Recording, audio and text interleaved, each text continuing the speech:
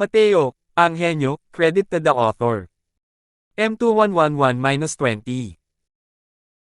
Ang mga pangalan ng mga tauhan ay galing lang sa mga name generator, kaya kung meron mang pagkakatulad sa mga totoong pangalan ng tao, lugar at pangyayari, ito po ay sadyang nagkataon lamang. Sa loob ng templo ng pari, nakaupo si Mateo sa itaas. Sa ibaba, nakatayo si Chris at ang iba pang mga pari na may 7 bituin, pati na rin si Rasmus. Sa oras na ito, ang mga mukha ng 7 star priests ay pawang nahihiyang ekspresyon. Lumabas si Chris sa hanay, yumuko ng tuluyan, at sinabi ng may takot at pangamba, nasaktan na natin si Lord Second Sage dati at nararapat lamang na mamatay ng 10,000 beses.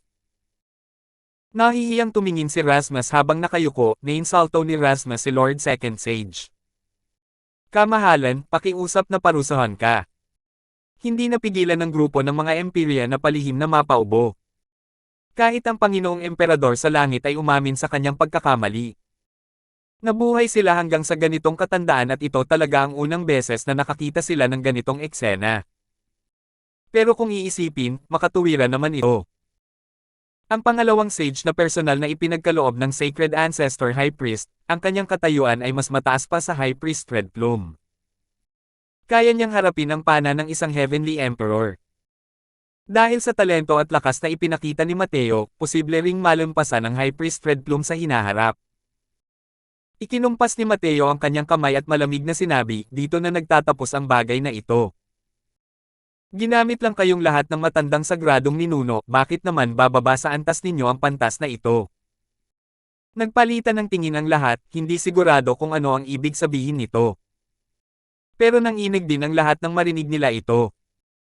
Para manggahas silang tawagin ang sagradong ninuno na mataas na pari bilang matandang sagradong ninuno, malamang kakaiba ito, di ba? Kung dati lang iyon, siguradong tatanggi ang lahat sa mga sinabi ni Mateo. Pero ngayon, wala na silang lakas ng loob na makialam pa. Ito ay usapin sa pagitan ng mga dakilang Diyos, kaya hindi nila pagkakataon na sumingit. Balang araw, malamang na kayang lumaki ni Lord Second Sage para maging isang nilalang na katulad ng Sacred Ancestor High Priest. Gayunpaman, kahit na ganoon, lubos pa ring nagpapasalamat si Mateo sa matandang sagradong ninuno. Ang teknik ng alchemy ng lahi ng mga demonyo ay isang kakaibang paaralan ng pag-iisip at talagang maraming aspeto na maaaring pag-aralan. Marami ring natutunan si Mateo mula sa mga taong ito. Hindi kailanman naging makasarili si Mateo. Sa kabaligtaran, binigyan niya ng malaking kahalagahan ang bawat labanan sa alchemy. Bagamat tila walang pakialam sa mga labanan sa alchemy, nakakapulot naman ng kaalaman si Mateo mula rito sa bawat pagkakataon. At ang ganitong uri ng akumulasyon ang nagbigay daan sa kanya upang umunlad ng napakabilis. At ito rin mismo ang gustong makita ng Sacred Ancestor High Priest. Sa oras na ito, may biglang dumating upang magulat. Sabi ng lalaki, Panginoong Pangalawang Sage, ang Lucas ng Kilin Clan ay humihiling ng isang pakikipagkita. Nang marinig ito ni Chris, hindi napigilan ni Chris ang pag-angat ng kanyang mga kilay habang sinasabi, Lucas. Ang Lucas na binanggit ni Cain. Maaari kayang pumunta siya para hanapin si Lord Second Sage para tapusin ang postahan. Nang araw na iyon, nakipagpustahan si Cain kay Mateo sa harap ng lahat. Alam na alam ng lahat ng mga taong naruroon ang bagay na ito. Nagtatakang tanong ni Mateo, Chris, narinig ko na ang mga maalamat na angkan ng mga banal na hayop na ito ay kadalasang nananatiling nag-iisa at hindi lumalabas. Pero bakit sila lumitaw sa rehiyon ng West Spirit sa pagkakataong ito? Sabi ni Chris, sa totoo lang, ang pagkakataong ito ay ang High Priest Red Plume na nag-i-issue ng mga imbitasyon sa iba't ibang pangunahing pseudo-world, inaanyayahan ang pinakamalakas na junior sa kasalukuyang panahon na lumabas at makipagpalitan ng usapan. Ang Lucas na ito ay dumating lamang dahil natanggap niya ang imbitasyon. Hindi ko lang alam kung bakit, tila naantala ang kanyang paglalakbay ng ilang sandali. Kaya ngayon lang siya nakarating sa oras na ito. Naliwanagan si Mateo sa kanyang puso at sinabi, sa pagkakataong ito, narito si Crimson Sky para makibahagi sa kombensyon sa pagkakataong ito. Tumango si Chris at sinabing, tama. Sabi ni Mateo, kung gayon, dumating na rin ang lahi ng dragon at iba pang lahi. Tumango si Chris at sinabing, oo. Dati, ang mga lahing ito ay ayaw makipag-ugnayan sa labas ng mundo. Ngunit sa pagkakataong ito, pumayag sila at nagpadala pa ng ilang mga nakababata. Nang marinig iyon ni Mateo, hindi niya napigil ang maging mausisa. Dahil sa dami ng tao sa Heavenspan World, hindi pa niya naririnig ang impormasyon tungkol sa lahi ng dragon. Bilang kahalili ng lahi ng dragon, interesado rin siya sa angkan ng dragon.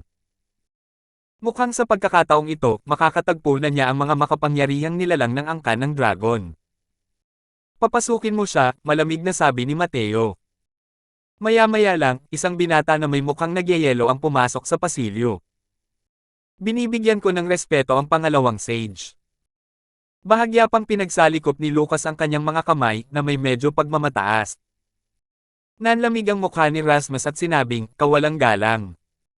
Dahil nakikita mo si Second Sage, paano ka naging ganoon kawalang galang?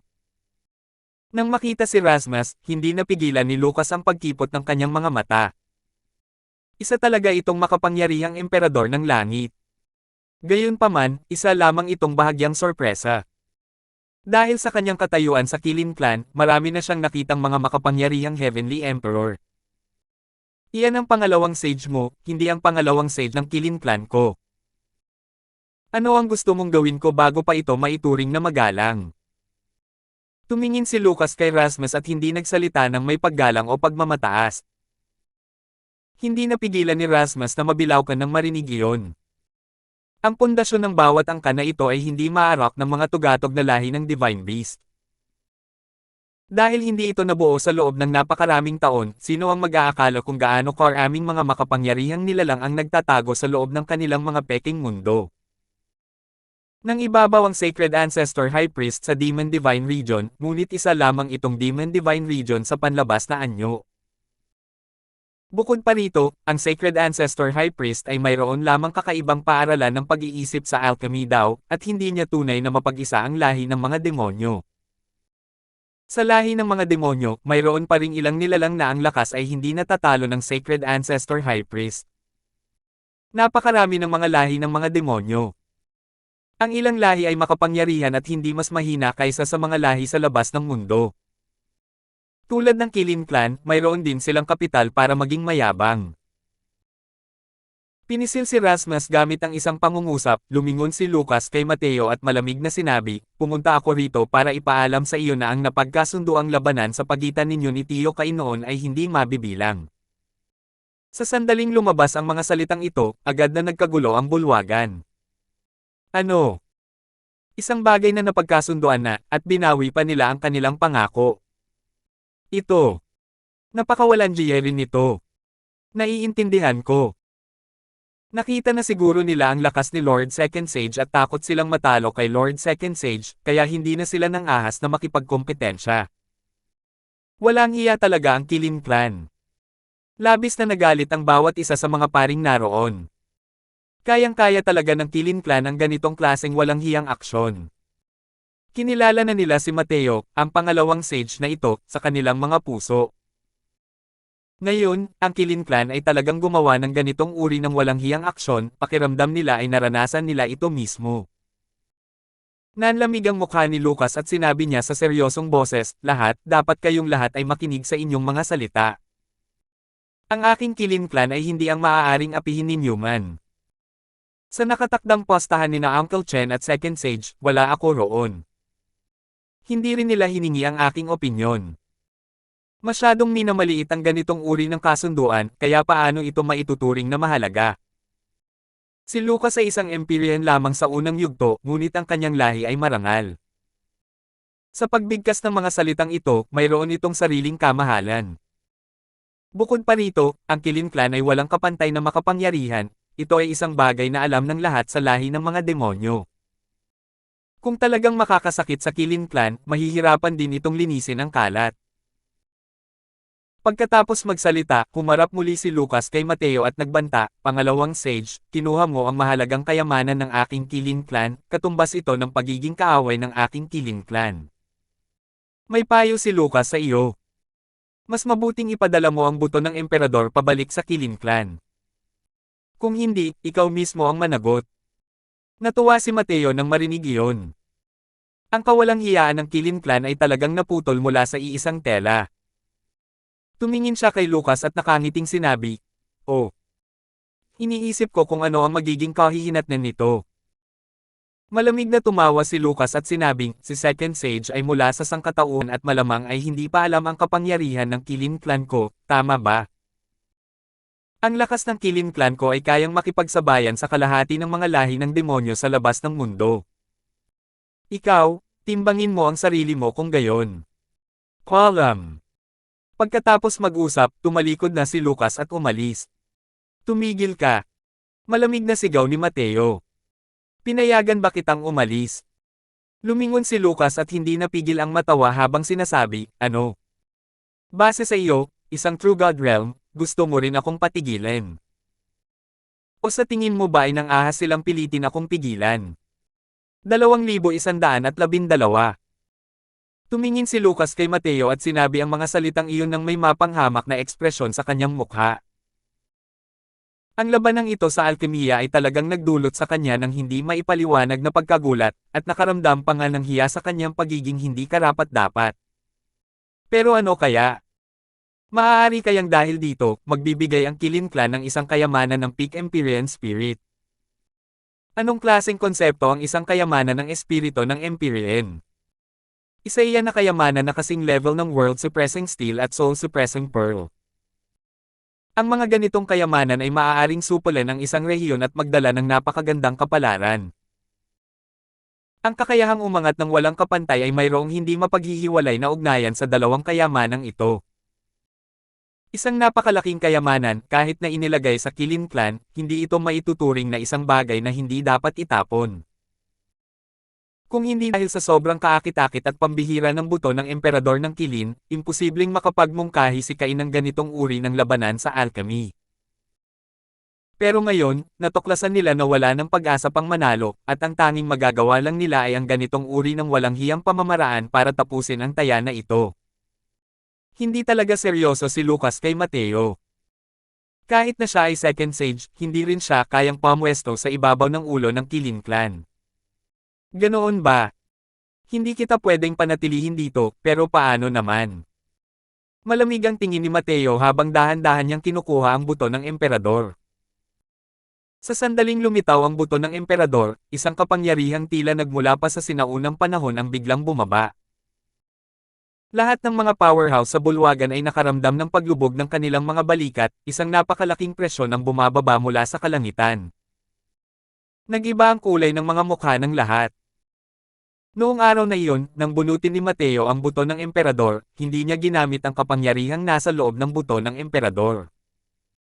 Ang aura na kanilang naramdaman ay natural na damaloy palabas ng buto ng emperador.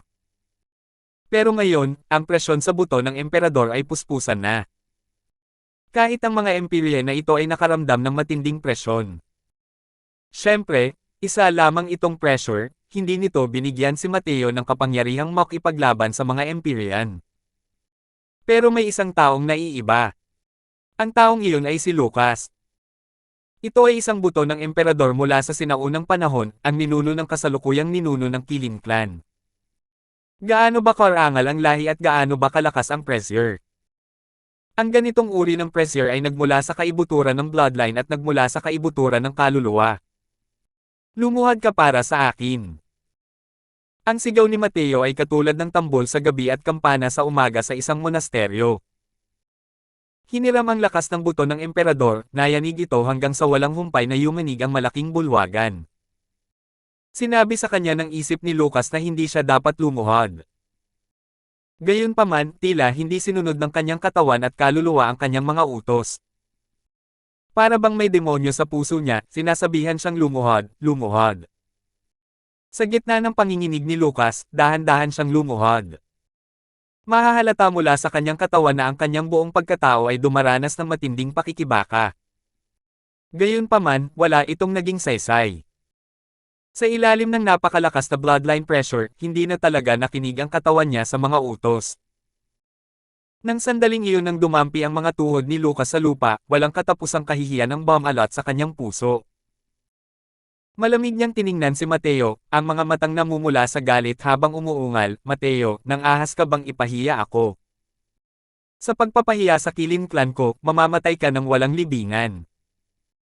Napabuka ng malaki ang bibig ng lahat, gulat na nakatingin sa eksenang ito na may nakanganga na mga bibig.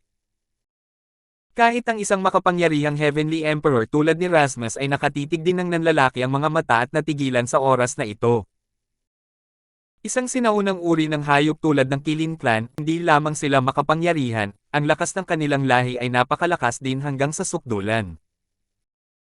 Bagamat isa siyang makapangyarihang Heavenly Emperor, nang makita niya ang natatanging talento ng isang Killing Clan tulad ni Lucas, kinailangan din niyang sumuko ng kaunti. Pero ginamit ba talaga ni Mateo ang ganitong uri ng radical na pamamaraan para mapaluhod siya? Panginoong Pangalawang Sage, ito ay malamang na hindi angkop, tama ba? Maingat na sabi ni Rasmus. Hindi siya pinansin ni Mateo, ngunit ang kanyang tingin ay kalmadong tumingin kay Lucas habang sinasabing may malamig na ngiting, hindi ba't marangal ang iyong lahi? Hindi ba't walang kapantay ang iyong pagmamalaki? Hindi ba't sinasamantala mo ang iyong kapangyarihan para apihin ang mga tao? Hindi ba't walang hiya ka? Kung gayon, hayaan mong sabihin ko sa iyo ngayon, ang iyong pagmamalaki ay walang kabuluhan sa harap ko. Hindi ko kailangan ng Jade Cleanse True Fire Bottle. Maaari ring baliwalain ang taya. Ako, si Mateo, ay hindi isang taong walang katwiran. Ngunit ang iyong Killing Clan ay may kumpiyansa sa sarili na ang iyong lahi ay marangal at minamaliit ang lahat sa ilalim ng langit, kinakansela ang taya gamit ang ganitong uri ng walang kahihiyang pamamaraan. Lumalabas na ang mga salita ng isang Empyrean powerhouse ay parang paglalabas ng utot. Kung ganito, kalimutan mo na rin yan.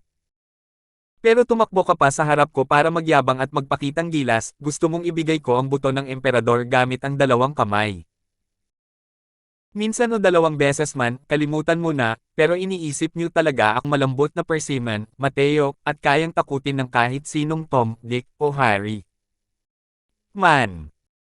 Matinding tumitig si Mateo, parang isang diyosa sa langit na bumaba, na nagbibigay sa mga tao ng pakiramdam na isa siyang Diyos. Nang marinig ng nakapalibot na mga makapangyarihang Empyrean ang pagtuligsa ni Mateo, bawat isa sa kanila ay palihim ding bumantong hininga sa kanilang mga puso. Tunay nga, kahit na si Mateo ay isang batang henyo na maihahambing sa Sacred Ancestor High Priest, wala siyang kay-abangan na karaniwang taglay ng isang binata.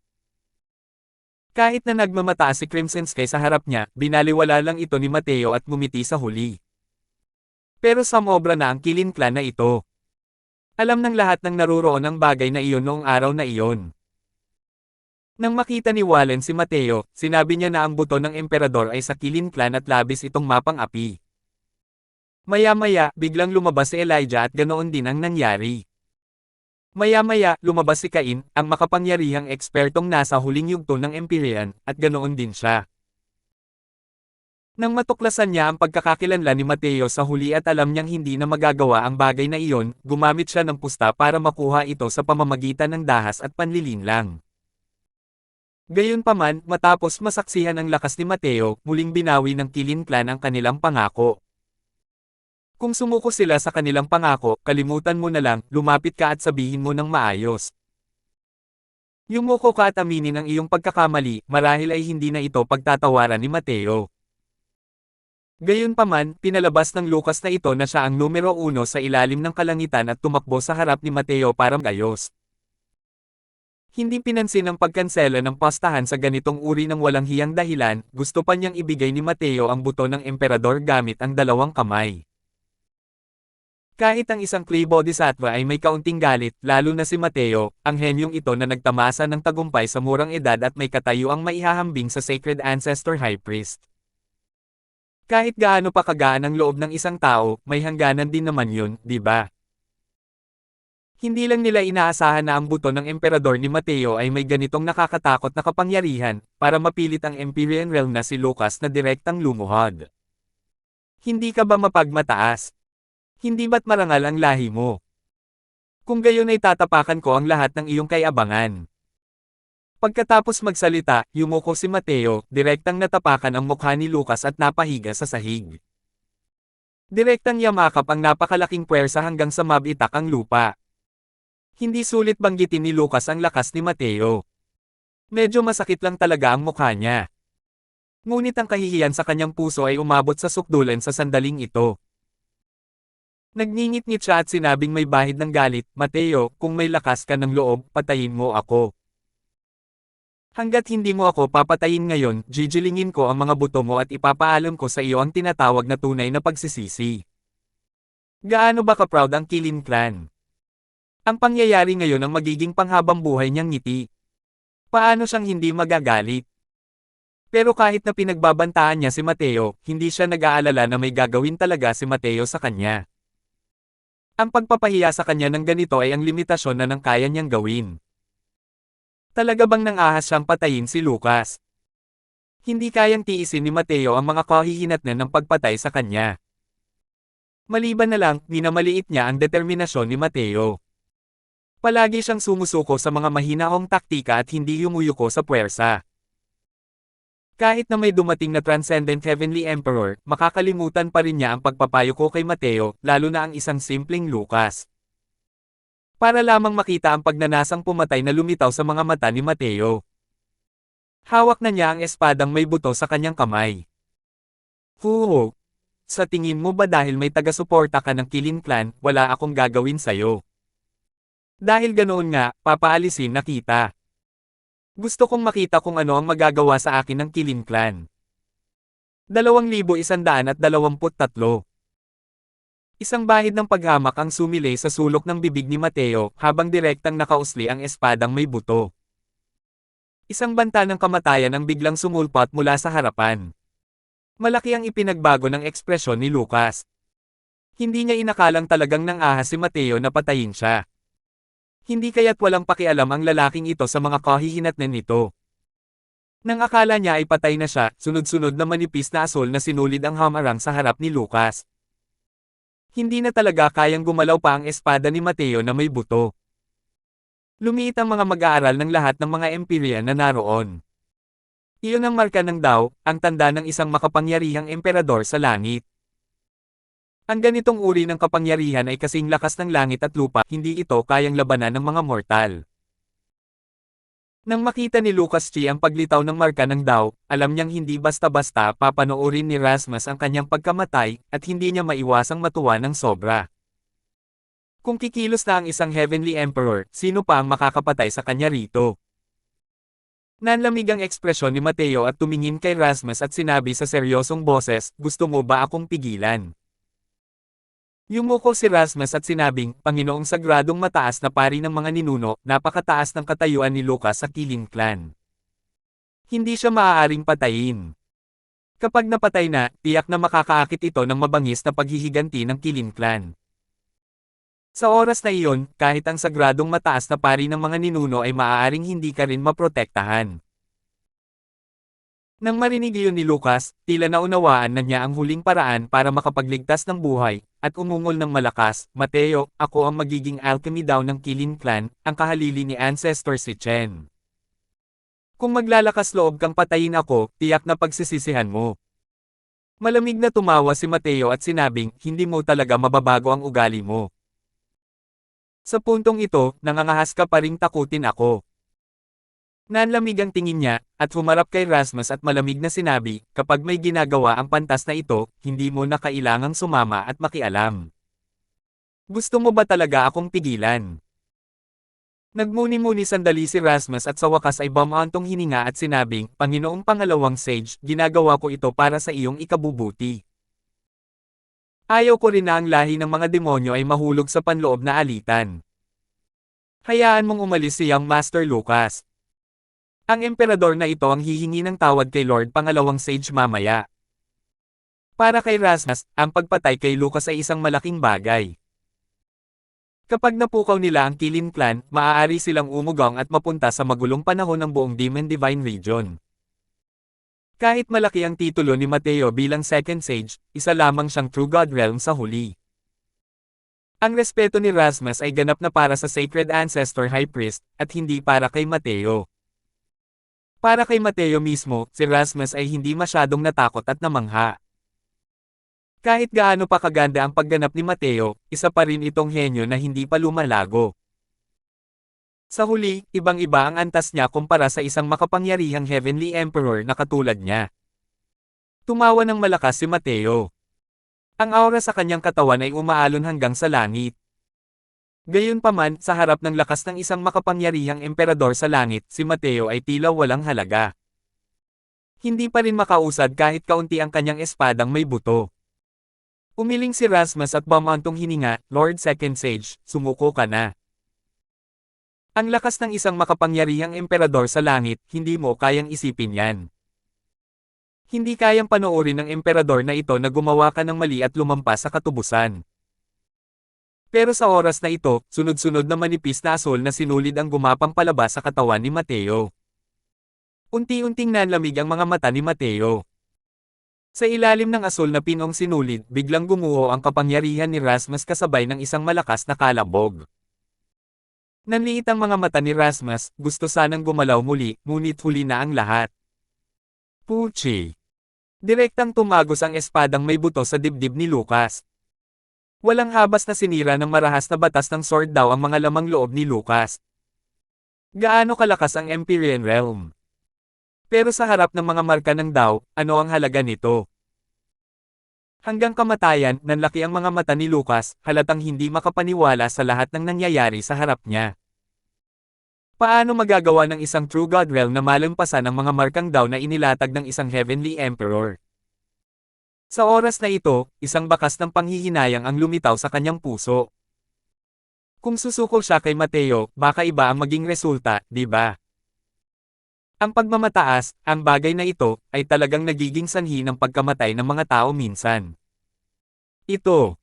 Paano ito nangyari? Si Lord Second Sage. Talagang ang nalagpasan niya ang mga marka ng Dao ni Lord Gold. Ano yan sa katawan ni Lord Second Sage? Maaari kayang mga marka rin ito ng Dao. Paano magagamit ng isang True God Realm? Ang mga markang Dao. Posible kayang lumalabo na ang paningin ko. Sa loob ng malaking bulwagan, nagtagpo ang mga gulat na boses. Masyadong matindi ang gulat na dulot sa kanila ng nangyaring eksena ngayon lang. Ang lumabas sa katawan ni Mateo ay malinaw na mga marka ng Dao. Pero bakit lalabas sa isang True God Realm Powerhouse ang Dao na kahit ang isang half-step Heavenly Emperor Powerhouse ay hindi magagamit? Pero ang mas nagulat ay si Rasmus. Siya, bilang isang makapangyarihang emperador ng langit, natural na naunawaan ang kahulugan ng mga markang Dao. Tunay ngang kapangyarihan iyon na pagmamay-ari ng Heavenly Dao. Sa pamamagitan lamang ng pag-abot sa kaharian ng emperador sa langit, makapasok ang isang tao sa Dao gamit ang kanilang mga katawan at magagamit ang kapangyarihan ng langit at lupa upang magsagawa ng mga pag-atake. Pero, si Mateo, isang simpleng True God Realm Powerhouse, ay talagang nakakuha ng mga marka ng Dao. Ang ganitong uri ng bagay ay sadyang nakakapangilabot para marinig. Sa pagkakataong ito, binawi ni Mateo ang espadang may buto at dahan-daang tumayo. Ang mga marka ng Dao sa kanyang katawan ay naglaho na parang alon. Ang kanyang mga titig ay parang nagyayelo. Ang mga mata ni Rasmus na nagtitigan sa kanya ay hindi sinasadyang nanginag. Anong klaseng tingin ito? Ikaw. Nahawakan mo talaga ang mga marka ng Dao. Paano ito nangyari? Tumingin si Rasmus kay Mateo at hindi sinasadyang nagtanong. Punong-puno ng mga tanong ang puso niya sa mga oras na ito. Kung ako, si Mateo, ay gustong pumatay ng tao, walang makakapigil dito. Kahit pa isa kang emperador sa langit, hindi rin iyon makakapigil. Tila nanigas ang espasyo sa mga salita ni Mateo. Tila naging ibang tao na ang kasalukuyang si Mateo. Matagal nang nawala ang kahinahunan sa kanyang mukha. Ang napalitan nito ay ang lamig. Pero iba sa huling pagkakataon sa Ancient God Battlefield, ang kasalukuyang Mateo ay tila mayroon pa ring natitirang bakas ng katwiran. Dahil sa natutunan ko noong nakaraan, hindi na masyadong ginamit ni Mateo ang kapangyarihan ng mga Dao Mark. Kung hindi dahil sa aksyon ni Rasmus, hindi rin niya ito gagamitin. Nagbago ang mukha ni Rasmus, saka lamang nagising sa realidad. Isang malaking problema ang nangyari. Mateo. Malamig na sigaw ni Rasmus at galit na sinabi, sa tingin mo ba sa pagtawag sa iyo ng Second Sage, maaari kang maging walang batas at walang pigil? Alam mo ba na nagdulot ka ng malaking gulo? Malamig na tiningnan ni Mateo si Rasmus at sinabing, sa tingin mo ba, ako, si Mateo, ay kayang tumayo rito at tawagin kang pangalawang sage? Ang inaasahan ko ay ang sagradong mataas na pari ng ninuno. Mali ka. Ang sagradong mataas na pari ng ninuno ang nangangailangan sa akin, at hindi ako ang nangangailangan ng sagradong mataas na pari ng ninuno. Mga kaiabangan. Tunay na mabangis na kaiabangan. Kahit ikaw ay second sage, hindi ka rin maihahambing sa Sacred Ancestor High Priest. Isa pa, ang iyong ginawa ngayon ay nagdulot ng matinding galit sa buong lahi ng mga demonyo. Galit na sabi ni Rasmus. Malamig na nagpatuloy si Mateo, kung darating ang Killing Clan, ako na lang ang bahala. Hindi mo kailangang mag-alala. Pagkatapos magsalita, iwinaksi ni Mateo ang kanyang manggas at umalis, iniwan ang mga taong gulat na gulat. Walang nag-akala na ang mga bagay-bagay ay talagang lalago sa ganitong antas. Ang sitwasyon ngayon ay umabot na sa puntong hindi na ito maisasalba pa. Habang nakatingin sa malayong likuran ni Mateo, hindi napigilan ni Rasmus na mapait na ngumiti. Hindi rin niya inaasahan na personal siyang kumilos at nabigong pigilan si Mateo. Ang pangalawang sage na personal na iginawad ng Sacred Ancestor High Priest ay tunay ng pambihira. Di nagtagal, nalaman ni Cain at ng iba pa ang balitang napatay si Lucas, at natural lamang na labis silang nabahala at nagalit. Chris, papatayin ng Empyrea na ito si Mateo ngayon din. Huwag mo akong pigilan.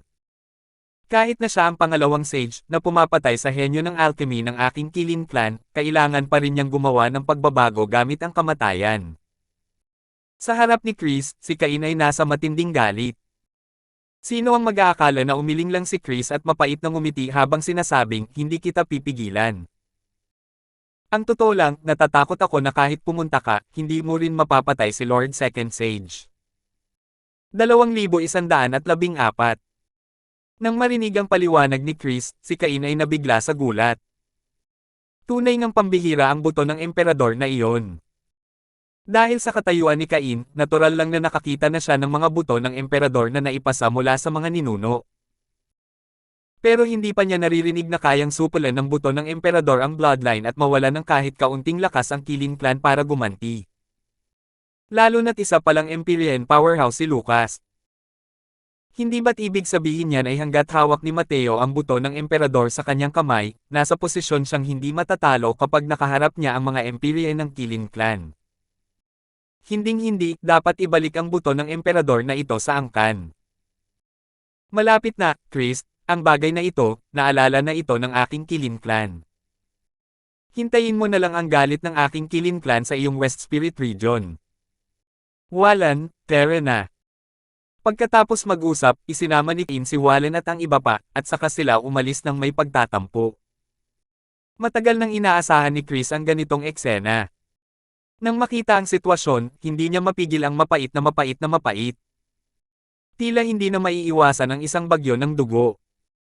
Sa pag-iisip hanggang dito, hindi mapigilan ni Chris na magdulot ng sama ng loob kay Mateo sa kanyang puso. Ibinuhos niya ang kanyang puot ngunit isinama ang buong lahi ng mga demonyo sa apoy ng digmaan. Pagkatapos umalis ni Cain at ng iba pa, lumitaw ang figure ni Rasmus. Panginoon Gold. Ano ang dapat gawin tungkol sa bagay na ito? Tanong ni Chris. Nandilim ang mukha ni Rasmus at sinabi niya, ano pa nga ba ang magagawa natin? Kung ang Killing Clan ay darating para sumbatan tayo, ang kailangan na lang ay ang pagsuko kay Mateo. Labis na nagbago ang ekspresyon ni Chris nang marinig iyon at sinabing, pero siya si Lord Second Sage. Ngumisi si Rasmus at sinabing, paano kung si Lord Second Sage? Ang lakas ng Killing Clan, hindi rin naman sa hindi mo alam. Kapag nagsimula na ang digmaan, tiyak na magdurusa ang buong lahi ng demonyo ng malaking pagkawala ng lakas. Sa oras na iyon, matatahimik pa rin ba ang iba't ibang lahi? Dahil kaya kay Mateo lang, napadpad ang buong lahi ng demonyo sa krisis. Sa tingin ko, kahit nandito ang Sacred Ancestor High Priest, ibibigay niya rin si Mateo ng walang pag-aalinlangan. Bukod pa rito, sa pagsasabi na siya ay Second Sage, isa lamang siyang True God Realm sa kasalukuyan. Sinong makakaalam kung ano ang magiging hinaharap? Sa Heavenspan World na ito, ang pinakamahalaga ay mga henyo, ang pinakamaliit. ay mga henyo rin. Bago lumaki ang mga henyo, sila ay mga henyo lamang. Sa mundong ito na parang nasa langit, may mga henyo na namamatay bawat segundo. Hindi lang si Mateo ang kulang. Talagang namangha sila sa lakas ng alchemy ni Mateo. Pero bakit nga ba talaga magbibigay pansin ng isang Heavenly Emperor powerhouse na tulad ni Rasmus sa isang henyo? Ang lahat ng kanyang paggalang kay Mateo ay nagmula lahat sa Sacred Ancestor High Priest. Bukod pa rito, si Rasmus ay mayroon ding makasariling motibo. Ang paglitaw ni Mateo ay nakaapekto na sa katayuan ni High Priest Redplum sa lahi ng mga demonyo. Ang paghiram sa Kilin Clan para poksain si Mateo ay isa ring magandang pagpipilian. Sa tabi, walang tigil na kumurap ang ekspresyon ni Chris. Hindi pa niya kayang pakialaman ang ganitong bagay. Tungkol sa pagpatay kay Lucas, walang gaanong nararamdaman si Mateo. Pagkatapos bumalik sa kanyang tirahan, nag-isa siya sa loob ng 10 araw at sa wakas ay tuluyan niyang itinaboy ang nagyayelong pakiramdam na iyon. Bagamat ang paggamit ng kapangyarihan ng mga markang daw ay maaaring magpaangat sa kanyang lakas, ang resulta ay napakalaki rin. Sa ilalim ng normal na mga pangyayari, hindi na nang ahas si Mateo na gamitin ang mga markang daw. Gayunpaman, hindi masyadong natatakot si Mateo sa Kilin Clan. Dahil sa lakas ng Kilin Emperor, kahit na may mga ordinaryong Heavenly Emperor na dumating, kaya pa rin niyang direktang supulan ito. Mas lalong naniwala si Mateo sa mga salita ng Empyrean Vast Universe. Ang mga makapangyarihang nilalang noong sinaunang panahon ay talagang walang kapantay ang kapangyarihan. Ang butong emperador ng Kilin na ito ay dumaan sa hindi mabilang na mga panahon at sa totoo lang ay mayroon pa ring napakalakas na kapangyarihan. Ang ganong uri ng pagsupil sa lahi, maliban na lang kung dumating ang mga pinakamataas na emperador sa langit ng Kilin Clan, kung hindi, walang paraan para makipaglaban. Ayon sa paghatol ni Mateo, malabong ang isang simpleng Lucas ay makapukaw ng galit sa mga matataas na emperador ng Kilin Clan. Sa harap ng isang makalangit na emperador, ang mga Empyrean ay mga langgam lamang din. Kamahalan, may humihiling na makipagkita sa labas. Ang boses ni Cooper ay nagmula sa labas ng pinto. Sino yan? Lumabas si Mateo at nagtanong. Isang batang babae na may tumutubong sungay sa ibabaw ng kanyang ulo. Sabi niya pumunta raw siya para magpasalamat sa iyo, sabi ni Cooper. Salamat. Hindi makapagsalita si Mateo. Bukod kina Felicity at Laika, wala siyang kilalang batang babae na may tumutubong sungay sa ulo rito. Pagdating sa bulwagan, nakita nga ni Mateo ang isang batang babae na may tumutubong sungay sa ulo. Ang kanyang anyo ay napakaganda at kaakit-akit na nagpapasaya sa mga tao kapag nakikita nila siya. Nang makita ni Mateo ang batang babaeng ito, nakaramdam siya ng napakagandang loob. Maaari ba itong? Kasalukuyang namangha si Mateo nang makita na ng batang babae si Mateo at mabilis na lumapit sa harap ni Mateo, habang nakadilat ang dalawang malalaking mata habang nakangiting sinasabi, ikaw ba si Second Sage Mateo? Ikaw ang pumatay kay Lucas. Aaminin na sana ni Mateo, pero muli siyang naputol ng batang babae. Sabi niya, hehe, galing mo. Matagal nang hindi ka nais-nais sa paningin ng binibining ito ang Lucas. Pumunta ako ngayon para magpasalamat. Tama. Kung maglalakas loob ang Kilin Clan na maghanap ng gulo sa iyo, iulat mo na lang ang pangalan ko. Tiyak na hindi ka nila pahihirapan. At saka, Kilianlong ang pangalan ko. Hindi napigilan ni Mateo ang matawa ng marinig iyon at nagtanong, galing ka sa Dragon Clan. Nagpakita si Kilianlong ng gulat at nagtatakang sinabi, paano mo nalaman? Nang magbago ang mga demonyo, iba-iba ang kanilang mga anyo. Hindi maipapakita ang kanilang mga aura, hindi makikilala ang pagkakaiba ng lahi. Pero nang makita ni Mateo si Kilian, ang dugong lahi ng dragon sa katawan niya ay talagang hindi mapakali. Paanong hindi pa rin maintindihan ni Mateo ang nangyayari? Ngumiti si Mateo at sinabing, nahulaan ko na. May galit ka kay Lucas. Tumanggaw si Kilian na parang tambol habang sinasabi, nanalo ang lalaking iyon laban sa kuya ko sa isang labanan sa alchemy at ipinagmalaki pa ang kanyang husay, sinasabing hindi siya kayang malampasan ng kuya ko habang buhay. hindi ba't umaasa lang ang Kilin clan nila sa batas ng katangiang apoy para manalo ng kaunti sa alchemy? Lihim ding tumango si Mateo nang marinig niya ito. Ito ay dahil sa pagiging masungit ni Lucas. Sinuri ni Killian si Mateo mula ulo hanggang paa at nagtanong ng may kakaibang tingin, nabalitaan kung nakipagpustahan sa iyo si Cain. Pero sa huli, hindi talaga tinanggap ni Lucas ang hamon at kinansela ang pustahan dahil hindi siya ang dahilan at pinagbantaan ka pa niya. Kaya mo siya pinatay. Ganoon ba? Tumango si Mateo at sinabing, mayroon ngang ganoong bagay. Humajejek si Killian pagkatapos marinig iyon at sinabing, si Lucas pala ang mayabang ng lalaking yan. Pero ngayon, hindi na siya makapaglakad-lakad, hahaha.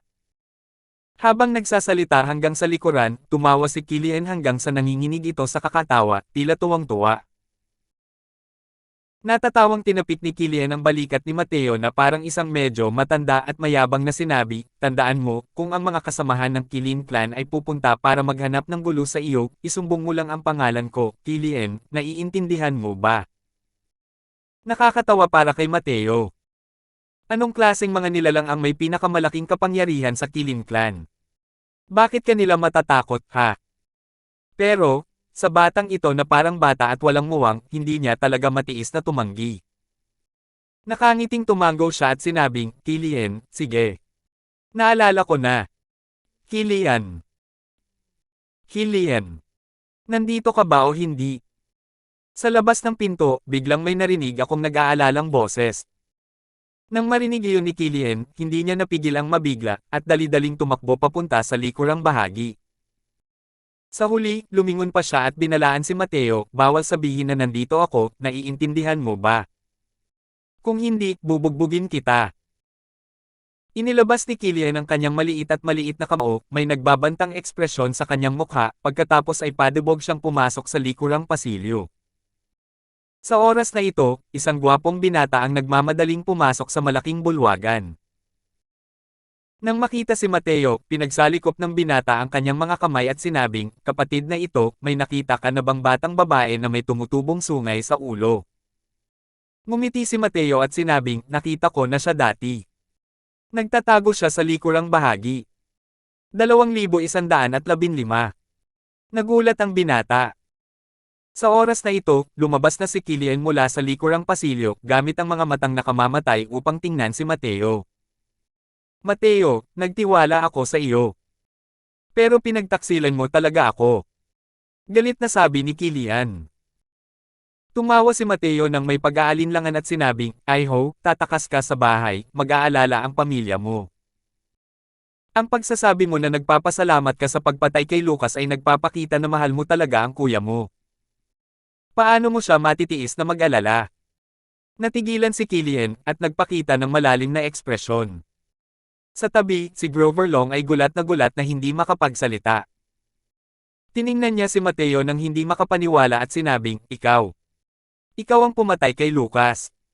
Paano ito nangyari? Isang True God Realm ang pumatay sa isang Empyrean Realm.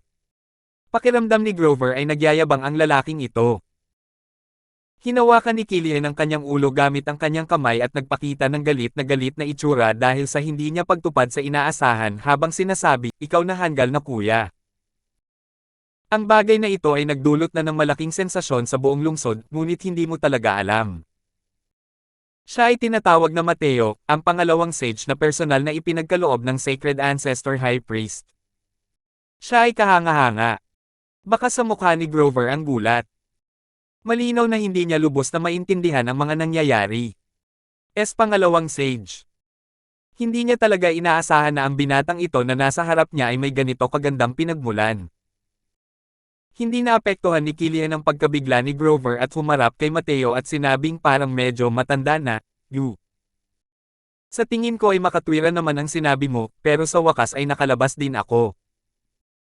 Pero hindi niya ako pinayagang pumunta rito, hindi rin niya ako pinayagang pumunta roon. Ang magagawa ko lang ay palihim na lumabas. Ang Killian na ito ay nanatili ng masyadong matagal sa peking mundo at puno ng kuryosidad sa labas ng mundo. Ngunit habang naglalakbay, hindi siya pinayagan ni Grover na pumunta kahit saan. Likas sa kanya ang labis na depresyon. Kaya naman, palihim siyang tumakbo palayo sa kalagitnaan.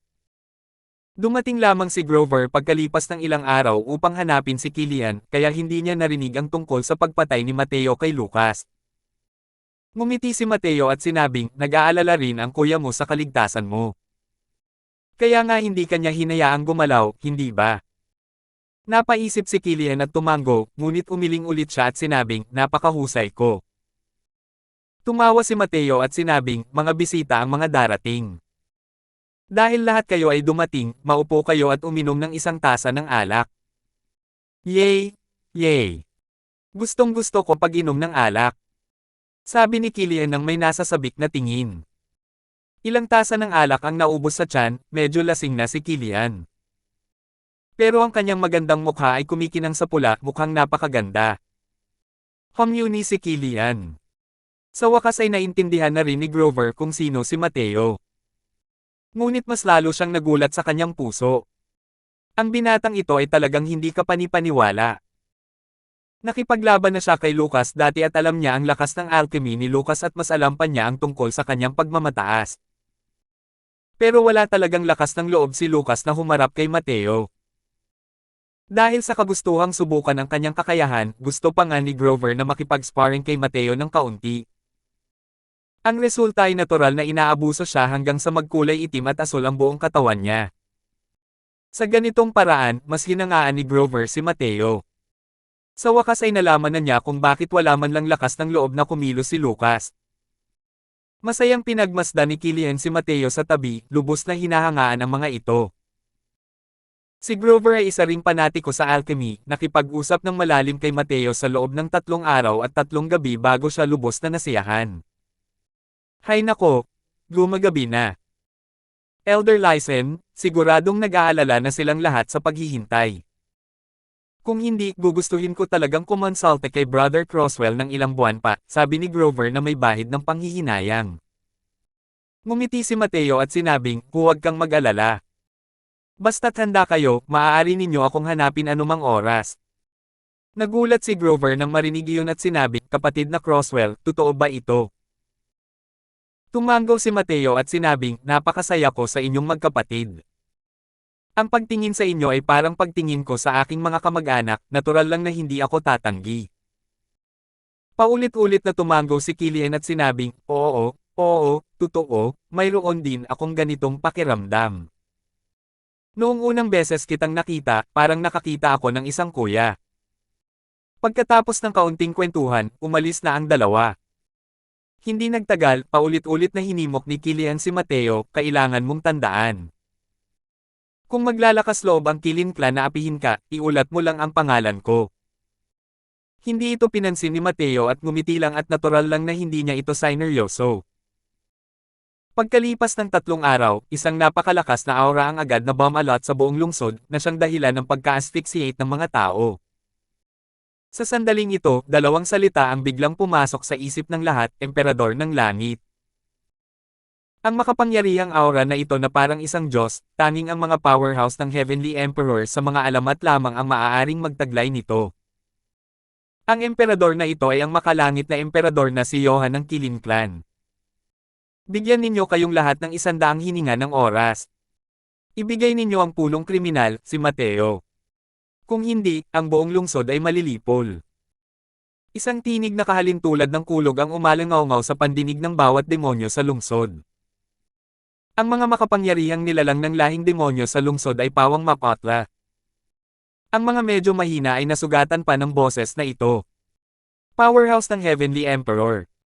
Talagang nakakaakit ito ng isang powerhouse ng Heavenly Emperor. Sus Mariosep. Kasalanan lahat ito ni Lord Second Sage. Nagpapakita ng panandali ang katapangan, ano na ang gagawin. Sa oras na ito, dapat isakripisyo ni Lord Second Sage ang kanyang sarili upang protektahan ang buong lahi ng mga demonyo. Nagkaroon ng mga talakayan sa lahat ng dako ng lungsod. Malapit lang ang tirahan ni Mateo, maraming mga makapangyarihang nilalang na parang demonyo ang sumisigaw at nang-iinsulto. Biglang may narinig na galit na boses, magsiyalisan kayong lahat sa kawalan na ito. Napatingin ang lahat, si Empyrean Chris pala iyon. Nang makita ng grupo ng mga demonyong may kapangyarihan si Chris, agad silang sumabog. Panginoong Chris, kailangan mo kaming ipagtanggol. Siya, ang pangalawang sage, ay hindi kayang ilibing ang buong lungsod kasama niya sa kamatayan dahil lamang sa sarili niyang sama ng loob. Ang pressure na idinulot ng isang Heavenly Emperor powerhouse sa mga tao ay talagang napakalakas. Sa sandali ng buhay at kamatayan, kahit ano pa ang second sage, kahit ano pa ang henyo sa alchemy, lahat ng iyon ay walang silbi. Malungkot ang ekspresyon ni Chris habang malamig niyang sinasabi, tumahimik kayo para sa Empyrean na ito. Dumating ang Empyrean na ito para hilingin kay Lord Second Sage na itaguyod ang hustisya para sa atin. Sa sandaling marinig ito ng lahat, agad na bumakas ang tuwa sa kanilang mga mukha. Itaguyod ang hustisya. Ang ibig sabihin ni Chris ay ang pagsuko kay Mateo. Dumating si Chris sa harap ng pinto at sinabi sa malinaw na boses, humihiling si Chris na makipagkita kay Lord Second Sage. Langit-ngit. Dahan-dang bumukas ang pinto sa harap. Dahan-dang lumabas ang isang binata na nakasuot ng puting damit. Nang makita ni Chris si Mateo, ibubuko na sana niya ang bibig para magsalita, ngunit narinig niya ang malamig na sinabi ni Mateo, hindi mo na kailangang sayangin ang hininga mo. Sinabi ko na dati noong araw na iyon sa banal na templo. Ang bagay na ito, ako na lang ang bahala. Hindi napigilan ni Chris ang mapang-angga nang marinig iyon. Ang mga salitang sinabi ni Mateo noon, akala niya ay biro lang iyon. Dahil dito, naglatag pa siya ng lambat na pantikip sa paligid, sa takot na makatakas si Mateo. Gayunpaman, hindi lang hindi nakatakas si Mateo, talagang sumubok pa siya ngayon. Naisip pa ni Chris na kailangan niyang gumamit ng puwersa sa pagkakataong ito na alam naman niyang napakamatino ni Mateo. Maaari kayang noong pinatay niya si Lucas, matagal na niyang inihanda ang sarili niyang buhay para pagbayaran. Pero kahit ano paman, ang pagiging handang sumama ni Mateo ay natural lamang para sa ikabubuti. Kung hindi, hindi maiiwasan ang paratang ng pagiging walang galang kay Second Sage. Kung talagang hihingi ng pananagutan ng Sacred Ancestor High Priest, tiyak na siya ang magiging scapegoat na iyon. Yumuko si Chris kay Mateo at sinabing, naiintindihan ni Lord Second Sage ang katwiran ng isang layunin. Hinahangaan ni Chris si Lord Second Sage. Tumingin si Mateo kay Chris at sinabing may malamig na ngiti, tumigil ka na sa pagpapakita rito. Napakaraming especially iya ang inilagay mo sa paligid, sa tingin mo ba talaga ay hindi ko alam? Kung talagang gustong umalis ng pantas na ito, sa tingin mo ba ay mapipigilan mo ako batay sa mga taong ito? Nang marinig iyon ni Chris, hindi niya maiwasang magpakita ng gulat. Ang mga especially iyang inorganisa niya ay pawang mga makapangyarihang Empyrean. Alam ba talaga ni Mateo ang lahat tungkol dito? Hindi na hinintay ang reaksyon niya, humakbang na palabas si Mateo at nakarating sa itaas ng kawalan. 2116. Pinagmasdan ni Mateo ang matandang lalaki sa harap niya. Ang matandang lalaki ay may puting buhok at kutis ng isang bata na nagbibigay sa mga tao ng pakiramdam na sila ay kasing lalim ng dagat. Isang emperador sa langit na isang figure sa itaas ng kalangitan, ang tunay na soberano ng mundong ito.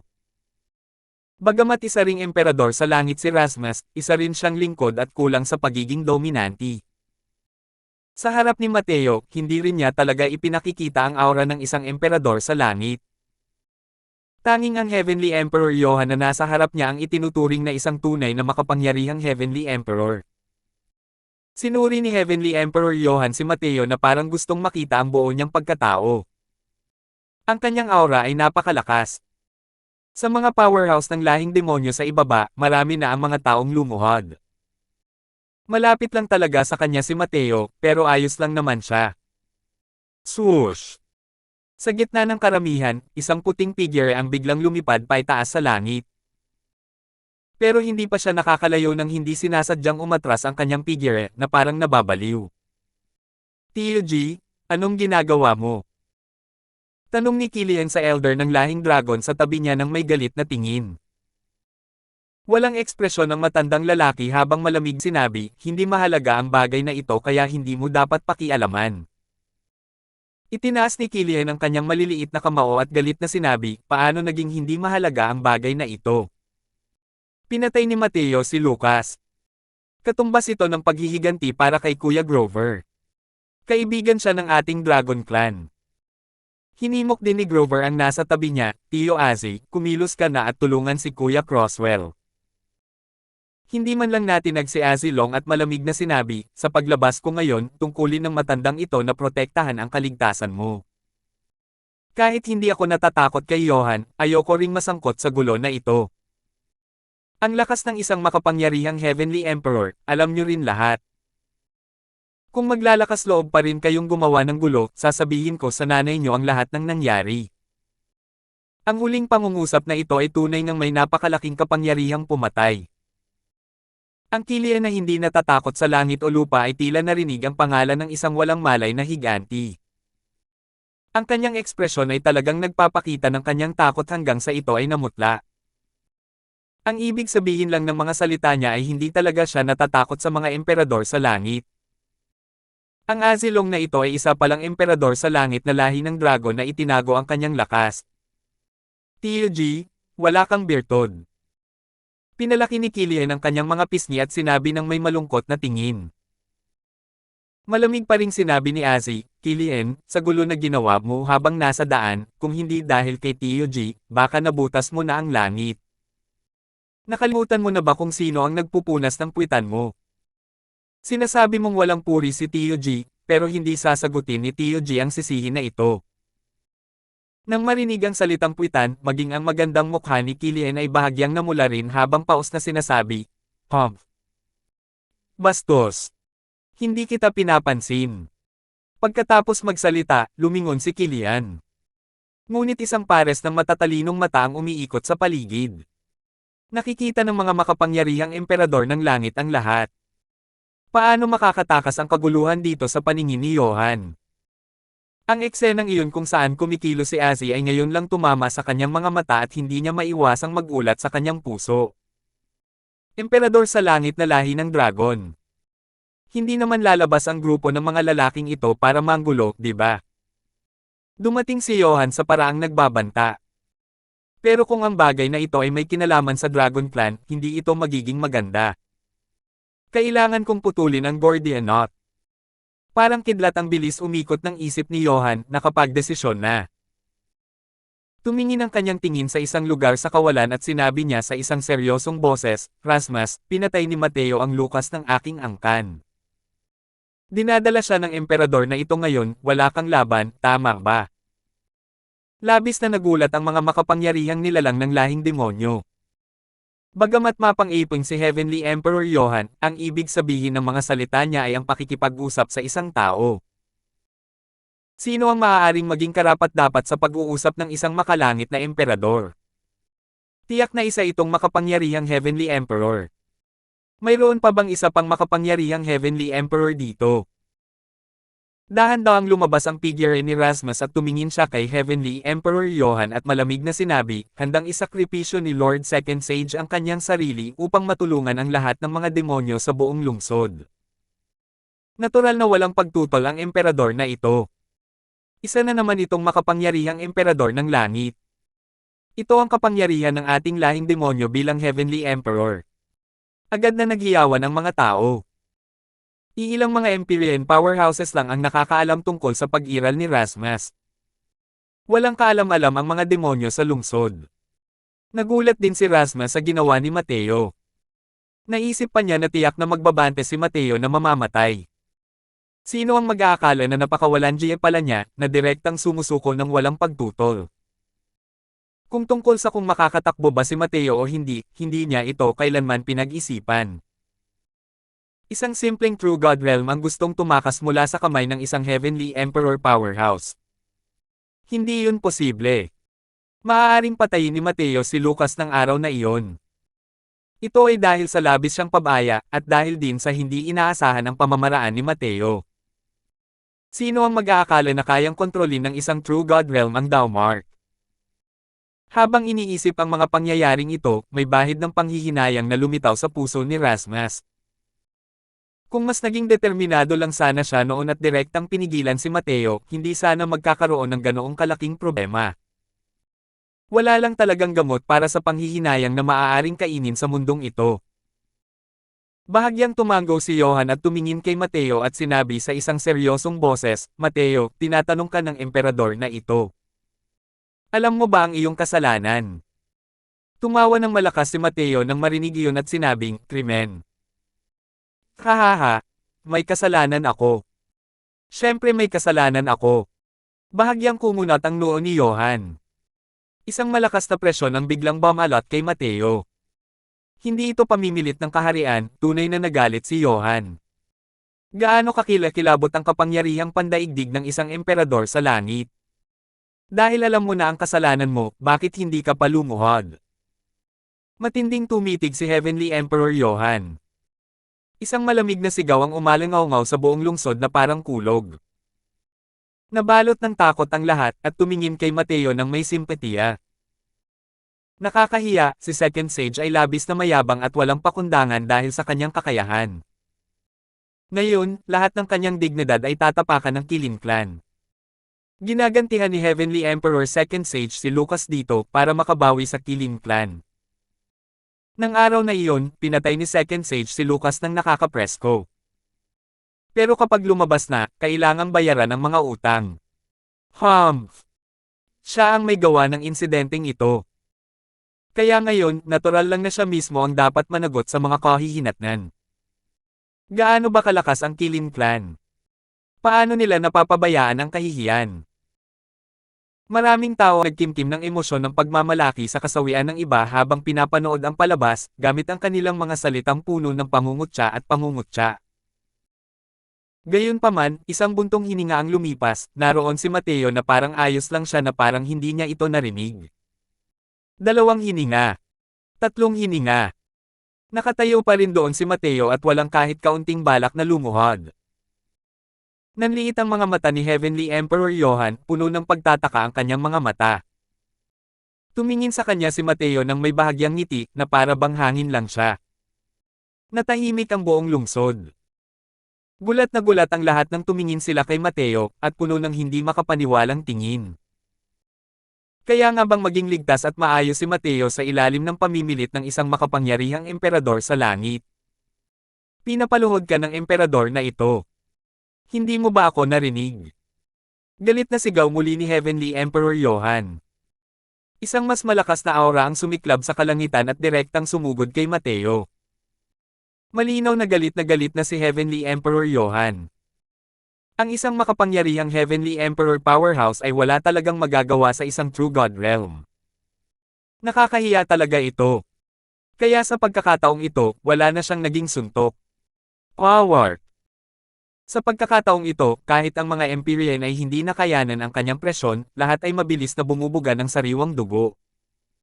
Napakalakas ng kapangyarihan ng isang emperador sa langit. Pero kalmado pa ring nakatayo roon si Mateo nang walang anumang reaksyon. Nag-iba ng husto ang ekspresyon ng mukha ni Heavenly Emperor Johan. Tiningnan niya si Mateo nang may pagtataka, at ang kanyang mga titig ay puno ng kawalan ng paniniwala. Hindi ito posible. Bakit kayang harapin ng isang simpleng True God realm ang hakbang ng emperador na ito?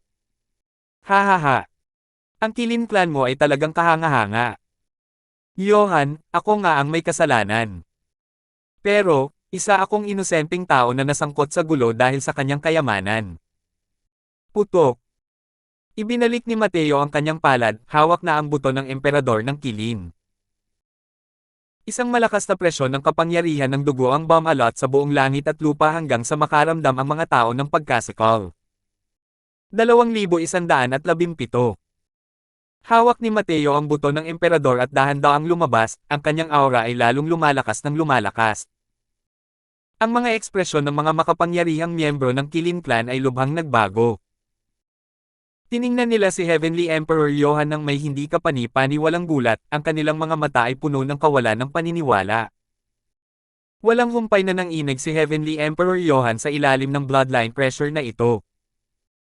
Bukod pa rito, habang papalapit si Mateo, nanginginig ang mabangis na emperador ng langit na si Johan.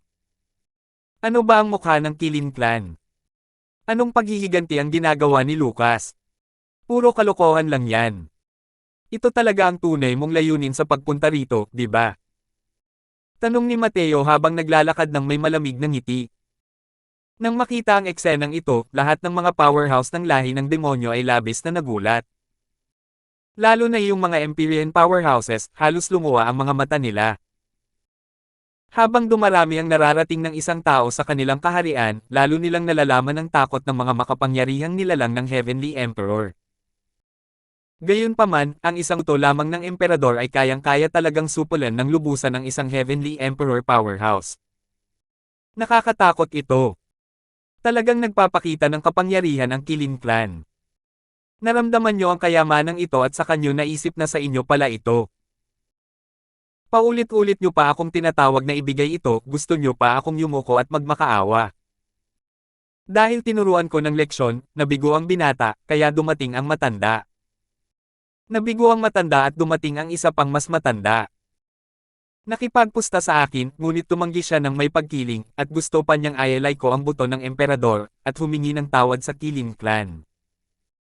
Pahakbang-hakbang na naglakad si Mateo, habang may binibigkas na pangungusap sa bawat hakbang.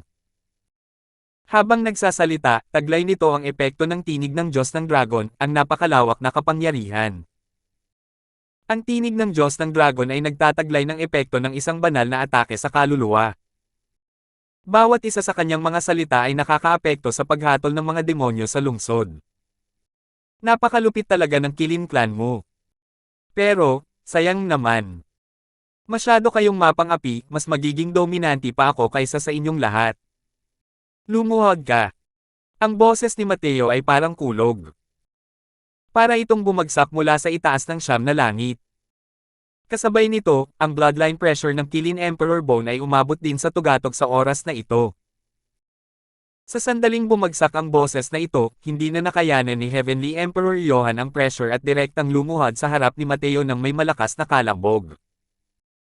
Sa likuran niya, sinakainat ang iba pang mga Empyrean powerhouse ng Qilin Clan ay hindi nakayanan ang pressure na ito at lumuhod din. Ang buong Qilin Clan ay nakaluhod sa harap ng isang binata. Tila isang Diyos ang binata na ito. Isang emperador sa langit na nakaluhod, para bang nagsimulang manginig ang kawalan.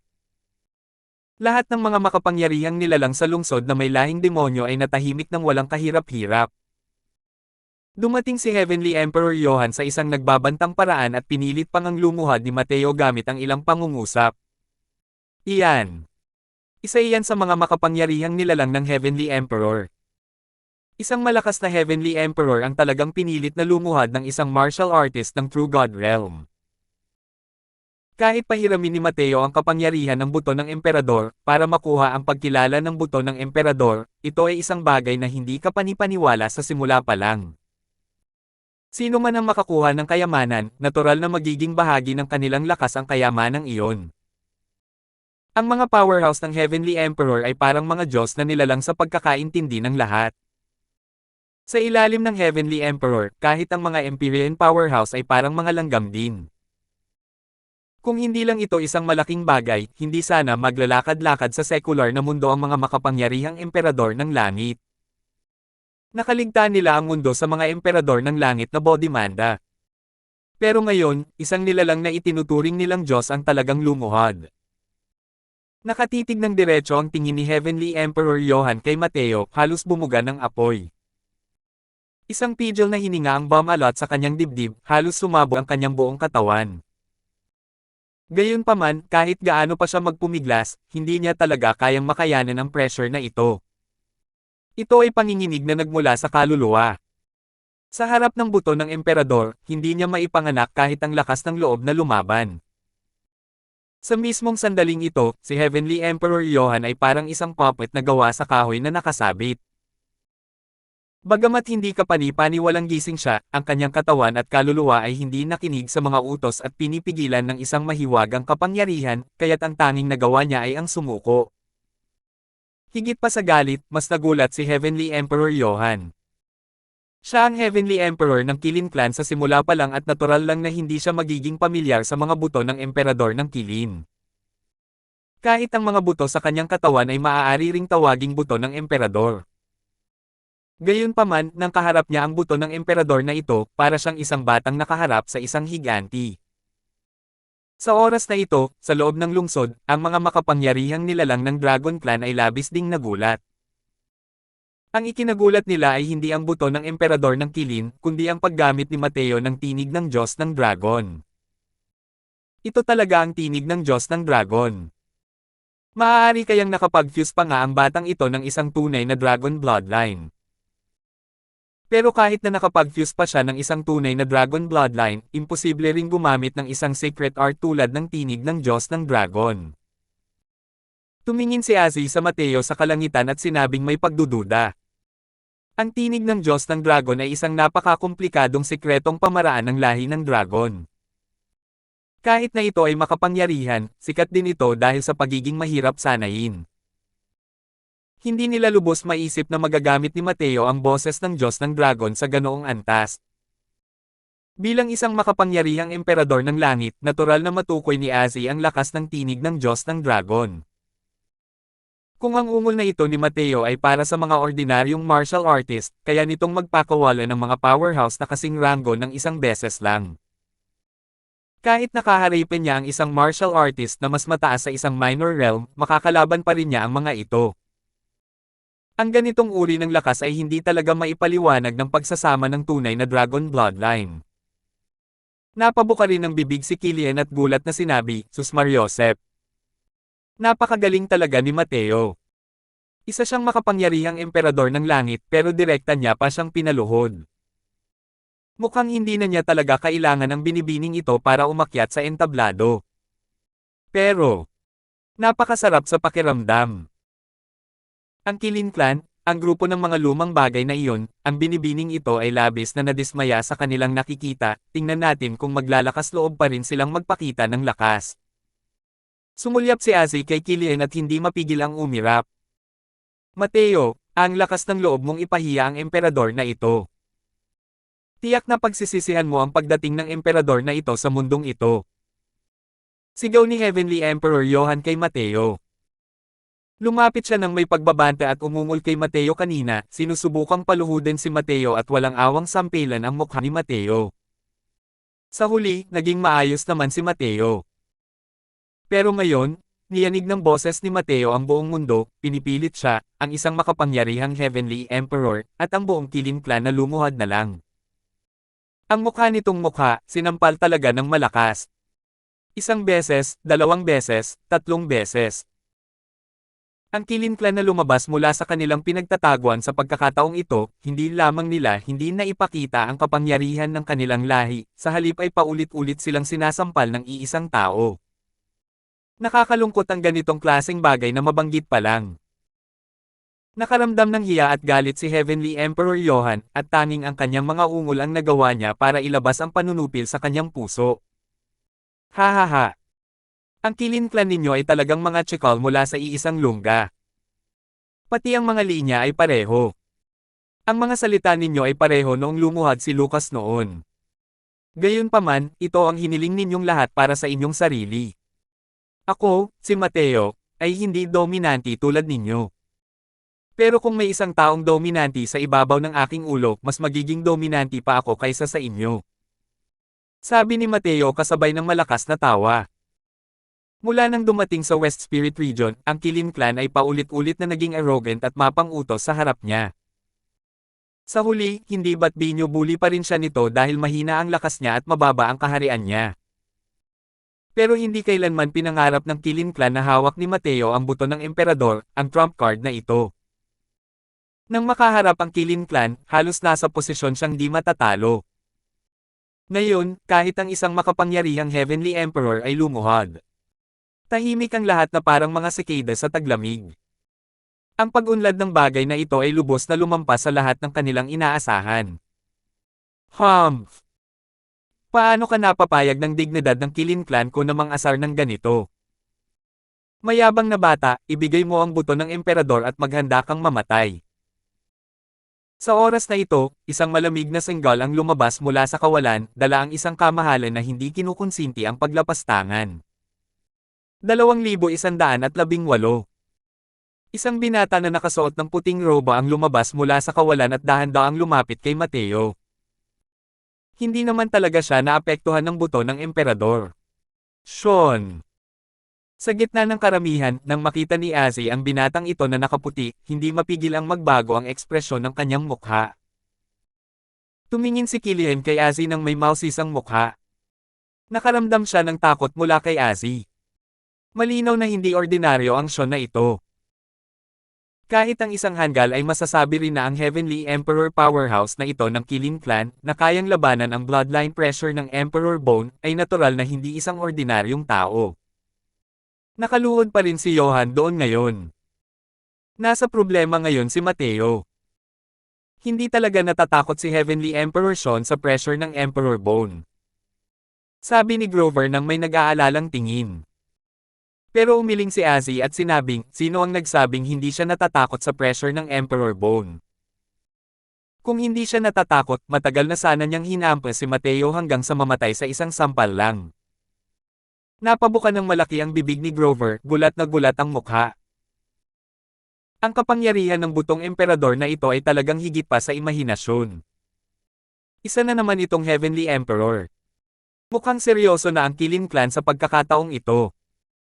Isang inosenteng tao ang napapahamak dahil sa kanyang kayamanan. Tama talaga ang sinabi ng pangalawang sage. Walang kwenta ang isang simpleng luka sa harap ng buto ng emperador na ito. Nang makita ng Kilin Clan ang buto ng emperador na ito, paano pa sila makakalaban? Ang mga demonyo sa lungsod ay labis na natakot. Ang kasalukuyang sitwasyon ay tuluyan nang nawala sa kontrol. Maging si Rasmus ay tumingin din kay Heavenly Emperor Sean nang may pagtataka na may ekspresyon ng pagkamangha. Hindi niya inakalang ipinadala pala ng Kilin Clan si Heavenly Emperor Sean. Katulad ng isang Heavenly Emperor, si Johan ay walang kwenta sa harap ni Sean. Sa oras na ito, seryoso ang mukha ni Mateo. Lumampas na sa kanyang kontrol ang bagay na ito. Ang reaksyon ng Kilin Clan ay mas malakas kaysa sa kanyang inaakala. Napansin din niya na ang lakas ng Sean na ito ay higit na nakahihigit kay Johan. Ang kapangyarihan ng kanyang bloodline ay hindi rin moari ang lakas, maging ang buto ng emperador ay nahihirapan din itong kontrolin. Tutal, gaano man kalakas ang buto ng emperador, buto pa rin ito. Imposibleng maging walang katapusang makapangyarihan na supulan ang buong Kilin Clan. Kapag ang mga miyembro ng Kilin Clan ay naging makapangyarihan sa isang tiyak na antas, natural na mapapawi nila ang presyon ng bloodline. Gayunpaman, nararamdaman ni Mateo na hindi naging madali para kay Sean na ito. Nagkukunwari lang siyang kalmado. Sa totoo lang, hindi naman talaga ganoon katindi ang pressure sa katawan niya. Nang makita ni Emperador Johan si Emperador Sean, ang mukha nito ay nagpakita ng matinding tuwa. Panginoon Sean, ikaw. Dumating ka sa tamang oras. Ang tanga na ito ay talagang nangahas na ipahiya ang ating Kilin Clan. Kailangan mo siyang patayin. Tinitigan ni Johan si Mateo at sinabi ng may lungkot at galit. Simula nang una siyang lumitaw sa mundo, wala siyang ideya kung ilang 10,000 taon na ang lumipas. Isang kahihiyan na tulad ngayon lang niya naranasan. Hindi mabilang ang mga powerhouse ng lahing demonyo sa ibaba, ngunit pinilit siya ng mga tao hanggang sa pinaluhod siya sa ilalim ng mapagmasid na mga titig ng mga tao. Bahagyang tumango si Heavenly Emperor Sean, pahiwatig na naiintindihan niya. Kalmado ang kanyang ekspresyon, ngunit sa totoo lang, ang lahat ng kanyang katawan at isipan ay ginamit upang labanan ang presyon ng buto ng emperador. Kung hindi dahil sa personal na nakita ng sarili niyang mga mata, mahihirapan din siyang paniwalaan na ang isang buto ng emperador ay maaaring magkaroon ng ganitong kakilakilabot na bloodline pressure. Sa ilalim ng mga titig ng lahat, dahan-daang naglakad si Heavenly Emperor Sean sa harap ng buto ng emperador. Nakita ko lang siyang dahan-daang iniabot ang isang palad. Gumapang palabas ang mga asul na pinong sinulid, umaakyat patungo sa buto ng emperador na parang mga baging. Di nagtagal, ang buto ng emperador ay nabalot ng hindi mabilang na mga marka ng kadiliman. Naramdaman lamang ni na Heavenly Emperor Johan at ng iba pang mga miyembro ng Kilin Clan ang paggan ng presyon sa kanilang mga katawan at kayanan nilang tumayo. Naningkit ang dalawang mata ni Mateo, sinusubukang himukin ang buto ng emperador na makawala sa mga hadlang ng mga marka ng Dao. Ngunit ang kapangyarihang iyon ay masyadong malakas. Gamit ang kanyang lakas, hindi niya ito maapektuhan. Tiningnan ni Heavenly Emperor Sean si Mateo na parang nakatingin sa isang langgam at malamig na sinabi, hindi mo na kailangang sayangin ang iyong lakas. Ang buto ng emperador na ito ay pagmamay-ari ng aking Killing Clan. Ngayon, maaari na itong ibalik sa tunay na may-ari. Hahaha, ibabalik sa tunay na may-ari. Ang Killing Clan mo ay talagang walang hiya gaya ng dati. Gaya ng kasabihan, ang isang baluktot na patpat ay magkakaroon ng baluktot na anino. Hindi nakakapagtaka na sina Wallen at Lucas ay napakawalan diyan ng 2 taong iyon, sabi ni Mateo kasabay ng malakas na tawa. Ang pagiging mapang-ipang at walang kahihiyang ito ng Killing Clan, tunay na naranasan ito ni Mateo. Mula ulo hanggang paa, ang estilo ay talagang hindi inaasahang magkapareho. Walang pakialam si Heavenly Emperor Sean at malamig na sinabi, galit ka ba ngayon? Pero hindi kayang lutisin ng iyong puot ang anumang problema. Ang dapat mong ikagalit ay ang iyong kahinaan. Ang aking Killing Clan ay nakatayo ng may pagmamalaki sa loob ng walang katapusang panahon. Kaya gaano kalakas ang aming lakas? Paano namin kayo hahayaang kumilos ng walang pakundangan, isang simpleng True God Realm? Man! Isang malamig na pagsinghot, tila nakatanggap si Mateo ng isang atake na tumitimbang ng mahigit 30,000 kilos, dahilan para tumilapon ang kanyang katawan paatras, kasabay ng mabilis na pagtalsik ng sariwang dugo mula sa kanyang bibig. Halos hindi nagawang patatagin ni Mateo ang kanyang pangangatawan. Ngunit sa sandaling iangat niya ang kanyang ulo, dumating na sa harap niya si Heavenly Emperor Sean. Lumuhod ka! Mahina ang sigaw ni Emperador Sean sa langit. Pakiramdam ni Mateo ay parang bumagsak ang langit. Walang hanggang kapangyarihan ang malakas na dumidampi sa kanyang mga balikat. Agad na namuo ang pawis ni Mateo, at ang tunog ng paglangit-ngit ng kanyang mga buto. Naglabas na ng maitim-itim na pulang mantsa ng dugo ang mga kalamnan niya dahil sa malakas na presyon. Mukhang napakasama ng sitwasyon. Pero matigas ang ulo niyang tumayo. Sa katawan ni Mateo, 2 makapangyarihang kapangyarihan mula sa lahi ang sumulpat sa kalangitan. Kasabay nito, ang Chaos 7 Span Cannon ay umikot ng magulo, sinusubukang labanan ang pressure na ito. Bukod pa rito, patuloy na pinakawala ni Mateo ang batas pangkalawakan, na gumagabay sa paglabas ng kapangyarihang ito. Dahil hindi na niya naabot ang huling paraan, ayaw ni Mateo na gamitin ang Divine Vestige Space. Paluhudin mo ba ako? Maliban na lang kung mamamatay ako. Nagngingit-ngit si Mateo at sinabing. Nang makita ni Heavenly Emperor Sean na ginagamit ni Mateo ang lahat ng kanyang kakayahan at halos hindi niya nalabanan ang kanyang panggigipit, labis siyang nagulat.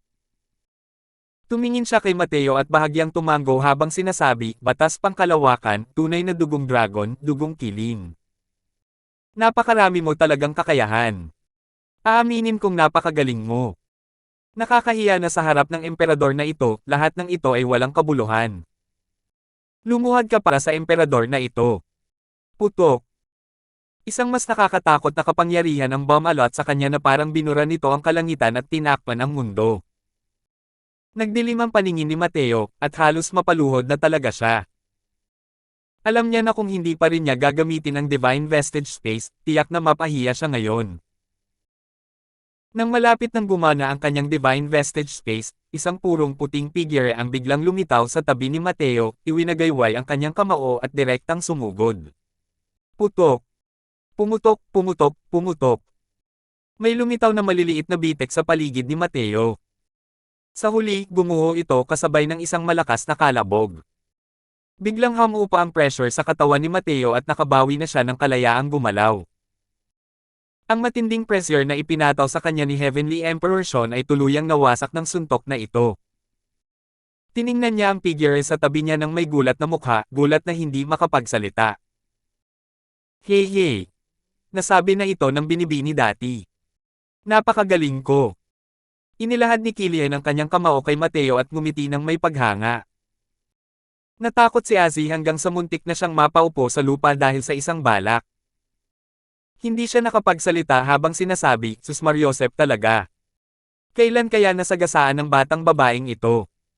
Matalino at pilyo si Killian. Sandali siyang nagpabeya at nakatakas ang babae. Ngunit sa oras na ito, hindi na niya kayang tumingin ng nakahalukip kaya Isang hakbang na lamang ang kanyang nagawa at nakarating sa ibabaw ng kawalan. Malamig na tiningnan ni Heavenly Emperor Sean si Killian at sinabi sa isang seryosong boses, "Maliit na dalagang lahi ng dragon, sa tingin mo ba ay hindi ka pinangangahas na patayin ng emperador na ito? Kung maglalakas loob kang patayin siya, ang Dragon Clan ko ay tuluyang makikipagdigma sa Kilin Clan mo." Malamig na sabi ni Azzy habang dahan-daang lumalapit. 2119. Tandaan mo, kung ang mga matatandang kasamahan ng Kilin Clan ay pupunta para maghanap ng gulo sa iyo, iulat mo lang ang pangalan ko, Killian. Umalangaw-ngaw ang pangungusap na ito sa isip ni Mateo. Noong una, biro lang ang tingin ni Mateo. Pero kung titingnan ngayon, hindi pala. Ang pagkakakilanlan ng babaeng ito ay napakapambihira. Isa pa, ano ang nangyari sa nakakatakot at kakaibang kapangyarihang iyon ngayon lang? Hindi rin inaasahan ni Mateo na ang batang babaeng ito ay isa na palang rank 7 powerhouse sa murang edad. Pero kahit na isa itong powerhouse sa rank 7, ang lakas ng suntok kanina ay masyadong nakakatakot. Tumingin si Heavenly Emperor Sean kay Azzy, medyo madilim ang ekspresyon habang sinasabi, "Makikialam ba ang Dragon Clan ninyo sa bagay na ito? Dahil lumitaw ang emperador na ito rito, dapat alam ninyo ang saloobin ng aking angkan. Sulit ba ito para sa isang simpleng tao na True God Realm? Hindi ba madaling nakapasok ang mga Heavenly Emperor sa mundo ng mga mortal, lalo na ang isang nilalang na tulad ni Heavenly Emperor Sean?" Simula nang dumating si Heavenly Emperor Sean, kinakatawan nito na napakahalaga na ng Kilin Clan sa bagay na ito. Kung makikialam ang Dragon Clan sa bagay na ito, tiyak na magpapulala ito sa mataas na antas ng King Clan. Ito ay isang bagay na dapat ikatakot ng dalawang angkan. Magsasalita na sana si Azzy, pero napansin niyang inilagay ni Killian ang mga kamay niya sa gilid ng baywang niya, at sa kanya sinabi, Huwag kang magsalita tungkol sa kung anuman. Dragon Clan, Kilin Clan, usapin ngayon, siguradong sasali ang binibining ito. Mabuting kaibigan ko si Mateo. Kaya kung maglalakas loob kang hawakan siya, ipapakita sa iyo ng binibining ito. Napaiyak si Azzy sa hinanakit sa kanyang puso, gusto niyang takpan ang bibig ng batang babaeng ito. Ang nasa harap niya ay ang Heavenly Emperor Sean ng Kilin Clan, isang nakakakilabot na pag-iral ng Third Firmament Heavenly Emperor. Ang ganitong uri ng makapangyarihang kapangyarihan ay isang walang kapantay na makapangyarihang kapangyarihan na kayang mamuno sa isang rehiyon. Sa pagdating niya, ang kinakatawan nito ay ang mukha at ugali ng Kilin Clan. Kaya naman, iyon ang dahilan kung bakit pilit niyang pinipigilan si Mateo, sinusubukang makabawi ng mukha ng Kilin Clan. Nakakalungkot lang na nang malapit na siyang magtagumpay, biglang sumulpot si Killian, dahilan para hindi siya magtagumpay. Huho! Napakagaling! Mukhang iniisip ng Dragon Clan mo na madaling apihin ang Kilin Clan ko. Dahil ganoon nga, huwag mong sisihin ang emperador na ito sa pagpatay. Tumawa si Heavenly Emperor Sean sa matinding galit nang marinig niya iyon. Kasabay nito, ang presyon ng Heavenly Emperor sa kanyang katawan ay agad na bumalot sa buong mundo na parang mga ulap ng kulog sa kalangitan. Sa sandaling lumabas ang kanyang kapangyarihang pandaigdig, nagbago ang kulay ng langit at lupa. Masyadong malakas ang kapangyarihang pandaigdig ng isang Third Firmament Heavenly Emperor. Maging ang ekspresyon ni Azzy ay naging napakapangit din, at sinabi niya sa isang seryosong boses, "Panginoong Sean, ang aking Dragon Clan ay walang balak na makialam sa bagay na ito." Ilalabas na ni Azzy si Killian ngayon din. Kasabay nito, inalis din ni Killian ang mapang asar na tingin sa kanyang mukha at seryosong sinabi, "TUG, hindi ako sasama." Kaibigan ni Killian si Mateo. Ako, si Killian, ay hindi pababayaan ang kaibigan ko. Kung maglalakas loob kang pilitin akong ilayo, iiyak ako para makita mo. Bagamat ang kasalukuyang tanawin ay walang kapantay na seryoso, ang maraming kapangyarihan ng lahing demonyo sa lungsod ay kinikiliti pa rin ni Killian. Nakakatawa rin para kay Mateo, kakaiba rin ang paraan ng pang-blackmail ng babaeng ito, di ba? Mukhang isa talaga itong munting prinsesa. Ngunit ang mukha ni Azzy ay nagpakita ng isang walang kapantay na seryosong ekspresyon. Huwag, huwag, huwag. Lolo sa tuhod ko, huwag kang umiyak. Hay! Wala na talaga akong magagawa sa'yo. Bumantong hininga ng bahagya si Azi at humarap kay Heavenly Emperor Sean at sinabing, Panginoong Sean, ang bagay na ito.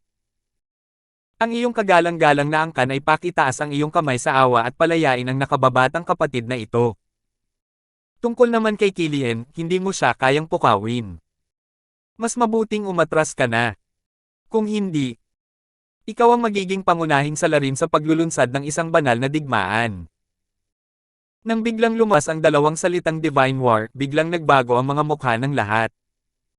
Ang dalawang salitang ito ay kumakatawan sa pagkawasak.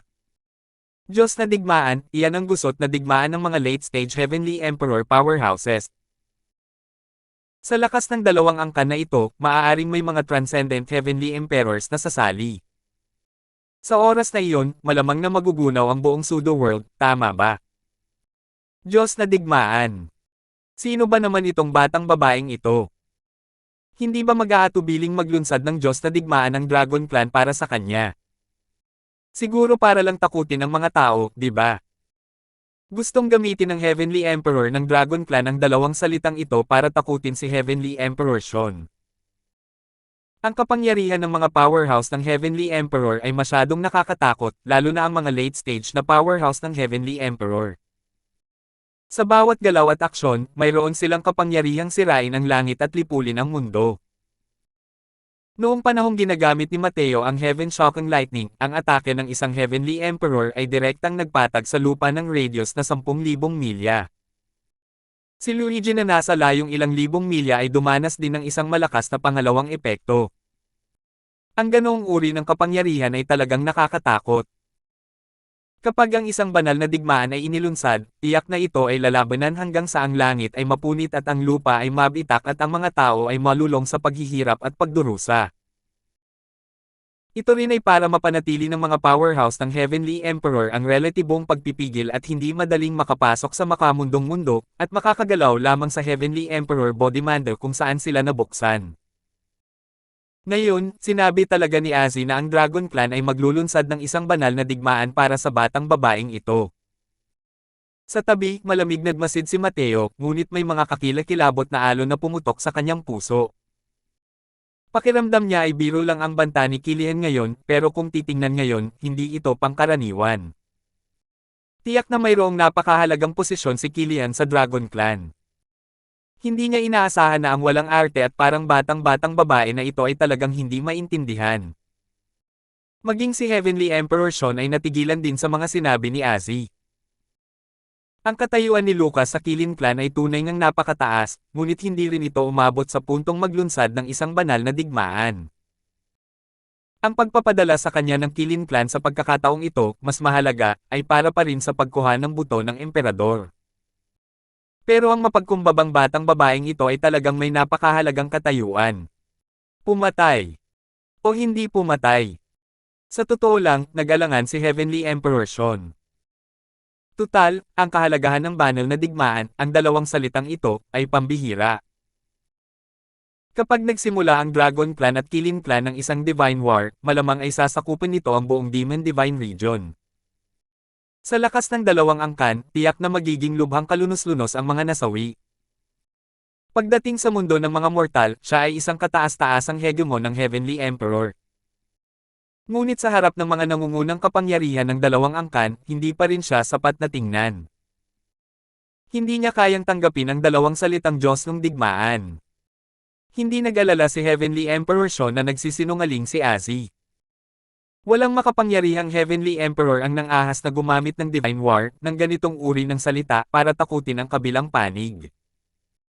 Bukod pa rito, kung titingnan ang mga pahiwatig at kutob, si Killian na ito ay tila talagang katangi-tangi. Kalimutan mo na yan, dahil sa ulat ng Dragon Clan, hindi ko papatayin ang aso mo.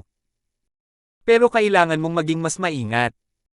Baka balang araw, dumating ang Kilin Clan ko at kunin ang buhay mo. Hindi ka naman laging mapalad, sa wakas ay bumantong hininga si Heavenly Emperor Sean at tumingin kay Mateo habang malamig na sinabi.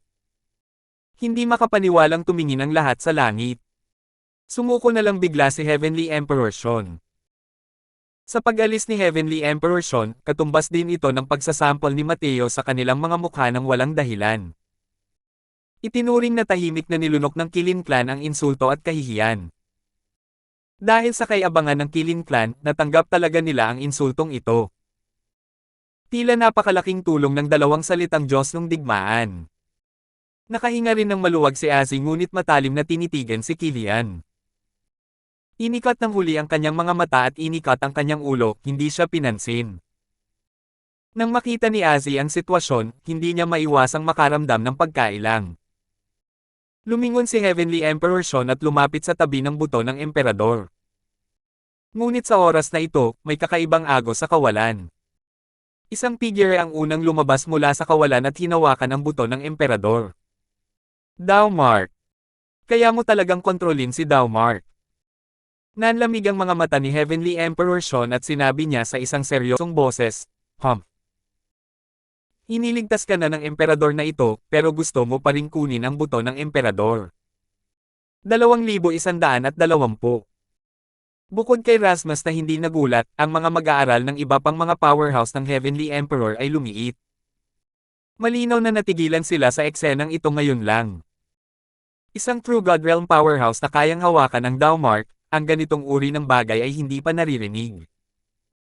Ginamit talaga ni Mateo ang markang Dow para basagin ang mga pagpipigil ni Heavenly Emperor Sean, napakahirap isipin nito. Ngunit di nagtagal, bawat isa sa kanila ay umiling at bumantong hininga. Talagang hinahanap-hanap ng Mateo na ito ang kamatayan. Kahit na nahawakan niya ang Dowmark, ang lakas ng dalawang tao ay hindi magkapareho. Nanlamig ang mga mata ni Mateo habang sinasabi niya, akin yan, akin yan. Gusto mo bang kunin ang buto ng emperador? Maliban na lang kung matapakan mo ang bangkay ko. Masasabing nakaranas si Mateo ng libu-libong paghihirap para makuha ang buto ng emperador. Nang makuha ni Mateo ang buto ng emperador, katumbas na niya ang Panginoon ng buto ng emperador. Hindi niya talaga hinayaan na kunin ng iba ang buto ng emperador. Kahit na kunin ng Qilin Clan ang buto ng emperador, imposible ring makuha nila ang pagkilala sa buto ng emperador. Sa tingin mo ba, dahil pinoprotektahan ka ng Dragon Clan, hindi ka talaga maglalakas loob na patayin ng emperador na ito? Ang galit ni Heavenly Emperor Sean na nakakakalma lang ay muling tumaas. Walang kaalam-alam talaga ang batang ito. Humarap siya kay Azzy at sinabi sa seryosong boses, Azzy, ipinakita na ng emperador na ito ang mukha sa Dragon Clan mo. Kung maglalakas loob kayong huminto ulit, huwag ninyong sisihin ang emperador na ito sa pagiging walang awa. Magsasalita na sana si Killian nang marinig iyon, ngunit paano siya bibigyan ng pagkakataon ni Azzy? Diretso siyang kumilos at ikinulong siya. Bitawan mo ako. TUG, hindi pa rin ako bumibitaw, iiyak na ako. Sigaw ni Killian. Casual na itinuro ni Azzy ang isang daliri, umikot ang mga mata ni Killian at tuluyang nawala ng malay. Kinarga ni Azzy ang walang malay na si Killian at malamig na sinabi, Lord Sean, makakaasa ka, hindi ka napipigilan ni Azzy. Katulad ng isang makapangyarihang emperador ng langit, napakalinaw ni Azzy na ang dignidad ng isang emperador ng langit ay hindi maaaring labagin. Ngayon, alang-alang kay Killian, ibinaba na ni Heavenly Emperor Sean ang kanyang dignidad at hindi yumuko sa antas nito. Ngunit kung aabot sila ng 1 yarda pagkatapos ng 1 pulgada, walang makakatiis sa puot ng isang emperador sa langit. Ang terminong Divine War ay maaaring magbanta kay Heavenly Emperor Sean, ngunit imposible ring mapilitang sumuko ang isang Heavenly Emperor ng walang limitasyon. Para hindi magulo si Killian, nagawa na lang siyang patumbahin ni Azzy. Tunay ngang hindi sulit ang paglulunsad ng isang banal na digmaan para sa isang True God Realm. Kahit na mausisa si Azzy tungkol kay Mateo, hindi sapat ang kuryosidad na ito para protektahan niya si Mateo hanggang kamatayan. Bahagyang tumanggo si Emperador Sean ng langit, humarap kay Mateo, at sinabi ng may malamig na ngiti, may landas ang langit, pero ayaw mong maglakad. Walang pintuan ang impyerno, pero gusto mong pumasok ng walang ingat. Ngayon, walang makakapagligtas sa iyo mula sa itaas sa langit patungo sa ilalim ng lupa. Sino ang nagsabing walang makakapagligtas sa kanya? Nang biglang tumaas ang aura ni Heavenly Emperor Sean sa kalangitan, isang lalaking nakasuot ng asul na damit ang dahan-daang lumabas mula sa kawalan, habang ang mga kamay ay nasa likod ng kanyang likuran, hamarang sa harap ni Mateo. Ang dumating ay isang lalaking nasa katanghaliang gulang na may mahaba at malapad na balbas, ang kanyang mapula-pulang kutis ay kahalintulad ni Marquis Zokay. Ang lalaking nasa katanghaliang gulang na may mahaba at mahabang balbas ay mukhang napaka-ordinaryo, parang isang mortal. Ngunit ang ekspresyon ng mukha ni Emperador Sean sa langit ay isang walang kapantay na kaseryosohan. Nang makita ang lalaking nasa katanghaliang gulang na nakasuot ng asul, para bang nakaharap ni Heavenly Emperor Sean ang isang malaking kaaway habang sinasabi niya sa malalim na boses, "Sino ang iyong iginagalang na sarili?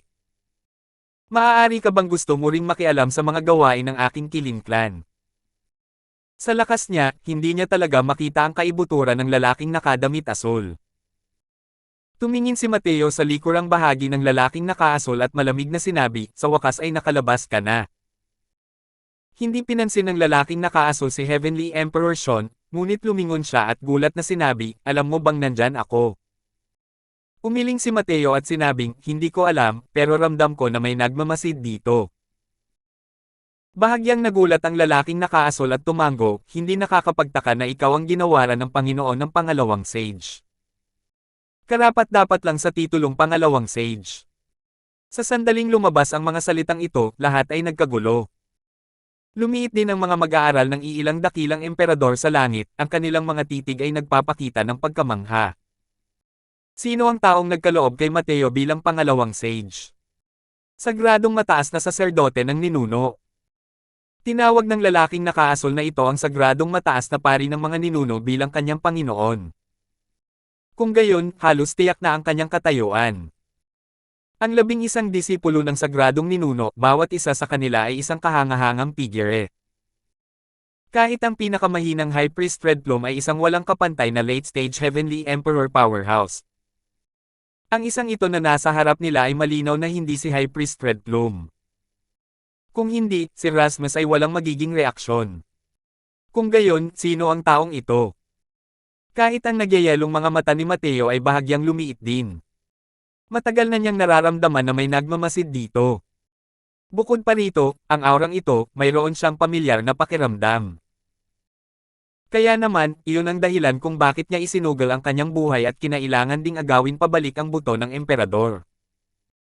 Hindi niya estilo, ni Mateo, ang pagbibigay ng buto ng emperador sa iba gamit ang dalawang kamay. Hindi lang niya inaasahan na personal na ipinadala ng Sacred Ancestor High Priest ang sarili niyang disipulo. Ang buong insidente ay sinimulan ni Lucas. Kasabay ng hindi inaasahang pagbabago ng mga pangyayari hanggang ngayon, maraming mga makapangyarihang emperador ng langit ang nagpakita ng kanilang mga sarili. Sa huli, talagang ginulat nito ang Sacred Ancestor High Priest. Hindi pa rin nakikita ni Rasmus ang lalaking nakaasul. Pero mataas ang katayuan niya, kaya malinaw na narinig na ni Rasmus ang tungkol sa kanya noon. Mula sa mga pahiwatig at impormasyon, natukoy niya ang pagkakakilanlan ng lalaking nakaasul at dali-daling yumuko bilang pagpupugay at sinabing, "Maaari bang ang kamahalan ay si High Priest Star Drive?" Tumingin sa kanya ang lalaking nakaasul at malamig na sinabi, "Tama. Ganito talaga siya kagalang-galang. Ito talaga ang High Priest Star Drive. Iyan ang ikapitong disipulo ng Sacred Ancestor High Priest. Mas mataas pa ang katayuan niya kaysa kay High Priest Red Plume. Hindi ko inaasahan. Hindi ko talaga inaasahan. Makikita ko na talaga ang tunay na sarili ni High Priest Star Drive balang araw." Mukhang minamaliit nating lahat ang determinasyon ng Sacred Ancestor High Priest. Lahat ng mga powerhouse ng lahing demonyo sa lungsod ay may mga madasalin na tingin, habang nakatingin sa High Priest Star Drive sa itaas ng kawalan. Ang sagradong Ancestor High Priest ay isang pinakamahalagang pag-iral, ang kanyang mga disipulo ay nasisiyahan din sa pagsamba sa mga powerhouse ng lahing demonyo. Ang kanilang lahi ay lumikha ng hindi mabilang na mga powerhouse para sa lahi ng mga demonyo at nagbigay daan din sa lahi ng mga demonyo na makatayo ng mataas sa Heavenspan World. Ang lalaking nakaasul na ito ay si Jimo na laging nasa tabi ng Sacred Ancestor High Priest. Kilala siya bilang High Priest Star Drive. Ang pangalang Jimo lang pala, napakakaunti lang ng nakakaalam. Nagmukhang gulat si Rasmus, at dahan-daang lumuhod at sinabing, matandang lingkod na si Rasmus, pagbati sa High Priest Star Drive. Sumanghel si Jimo nang malamig at direktang itinuro ang isang daliri. Putok.